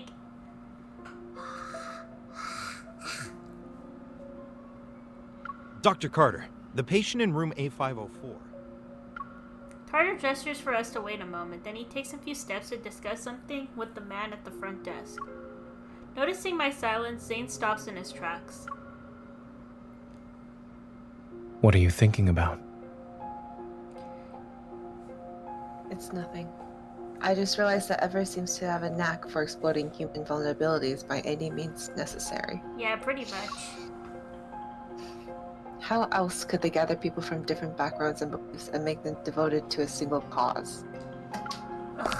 I hope we The key to destroy obedience Ever isn't again. promising heaven, it's using hell as a threat. After all, everyone fears illness and death. Footsteps accompanied by a familiar voice approach from behind. I turn. We meet again, Miss Hunter. Allow me to introduce myself. I'm Benedict, the director of Val Sanatorium. Wait, we meet again? When did we meet this guy? Huh? I don't remember him for sure. You... From what I remember, he had another identity. I met him at the place where an Eltrum... The inspector? The inspector! Oh! No wonder he was, like, off. Like, I remember just earlier when we read, she said that he seemed off for some reason. Like, there seemed something sketchy. Because he was never an inspector. He was pessimistic about the Ultrum and Wonder and humanity situation. Well, you're the detective who spoke to me that day. I'm honored you remembered me, Miss Hunter. Why are you pretending to be a detective at a crime scene? That means you're covering up something. Yep. He smiles, not with the embarrassment of someone whose identity has been exposed, but with the composure of a performer waiting for the audience's reaction to a grand reveal. Huh. I wonder if he was there for Ever's reason. Sorry. Okay, go. Oh, no. That probably makes sense, like you said. Like I said, he's probably destroying evidence, right? He's not there to investigate. Alarm bells ring in my head, but he quickly shifts his placid gaze to Zane. It's been a while, Dr. Zane. Welcome aboard. Yeah, I do know Ever really wants Dr. Zane, because he's very smart. He's a genius. Okay, well, that's it for this section. Next is cause and respect. This is all we have No left. fades at dawn. And that was pretty long too. Look, it has 11 chapters. Yeah. It seems like the 8th chapter is the fighting one, though. Yeah, So it looks like it. Yeah, so it's not too bad. So 10 chapters. Yeah, about 10 chapters. We can do that. So next stream, we'll finish this for sure. We'll have it finished for sure. And then if they come out with the new main story timeline, we'll be ready. I suspect it's going to be Xavier and Raphael for sure. But there might be some Caleb too. We might get Caleb as well, because, you know, they're due. But Xavier and Raphael for sure, because this was Silas and Zane, so... Okay, before we go, Don, I did want to show you, because you wanted to see this.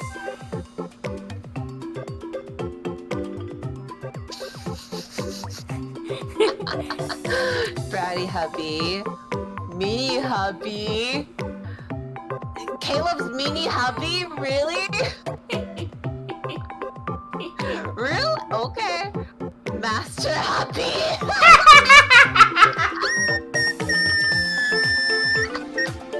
I knew you would get a kick out of that one. Okay, carry hubby makes sense.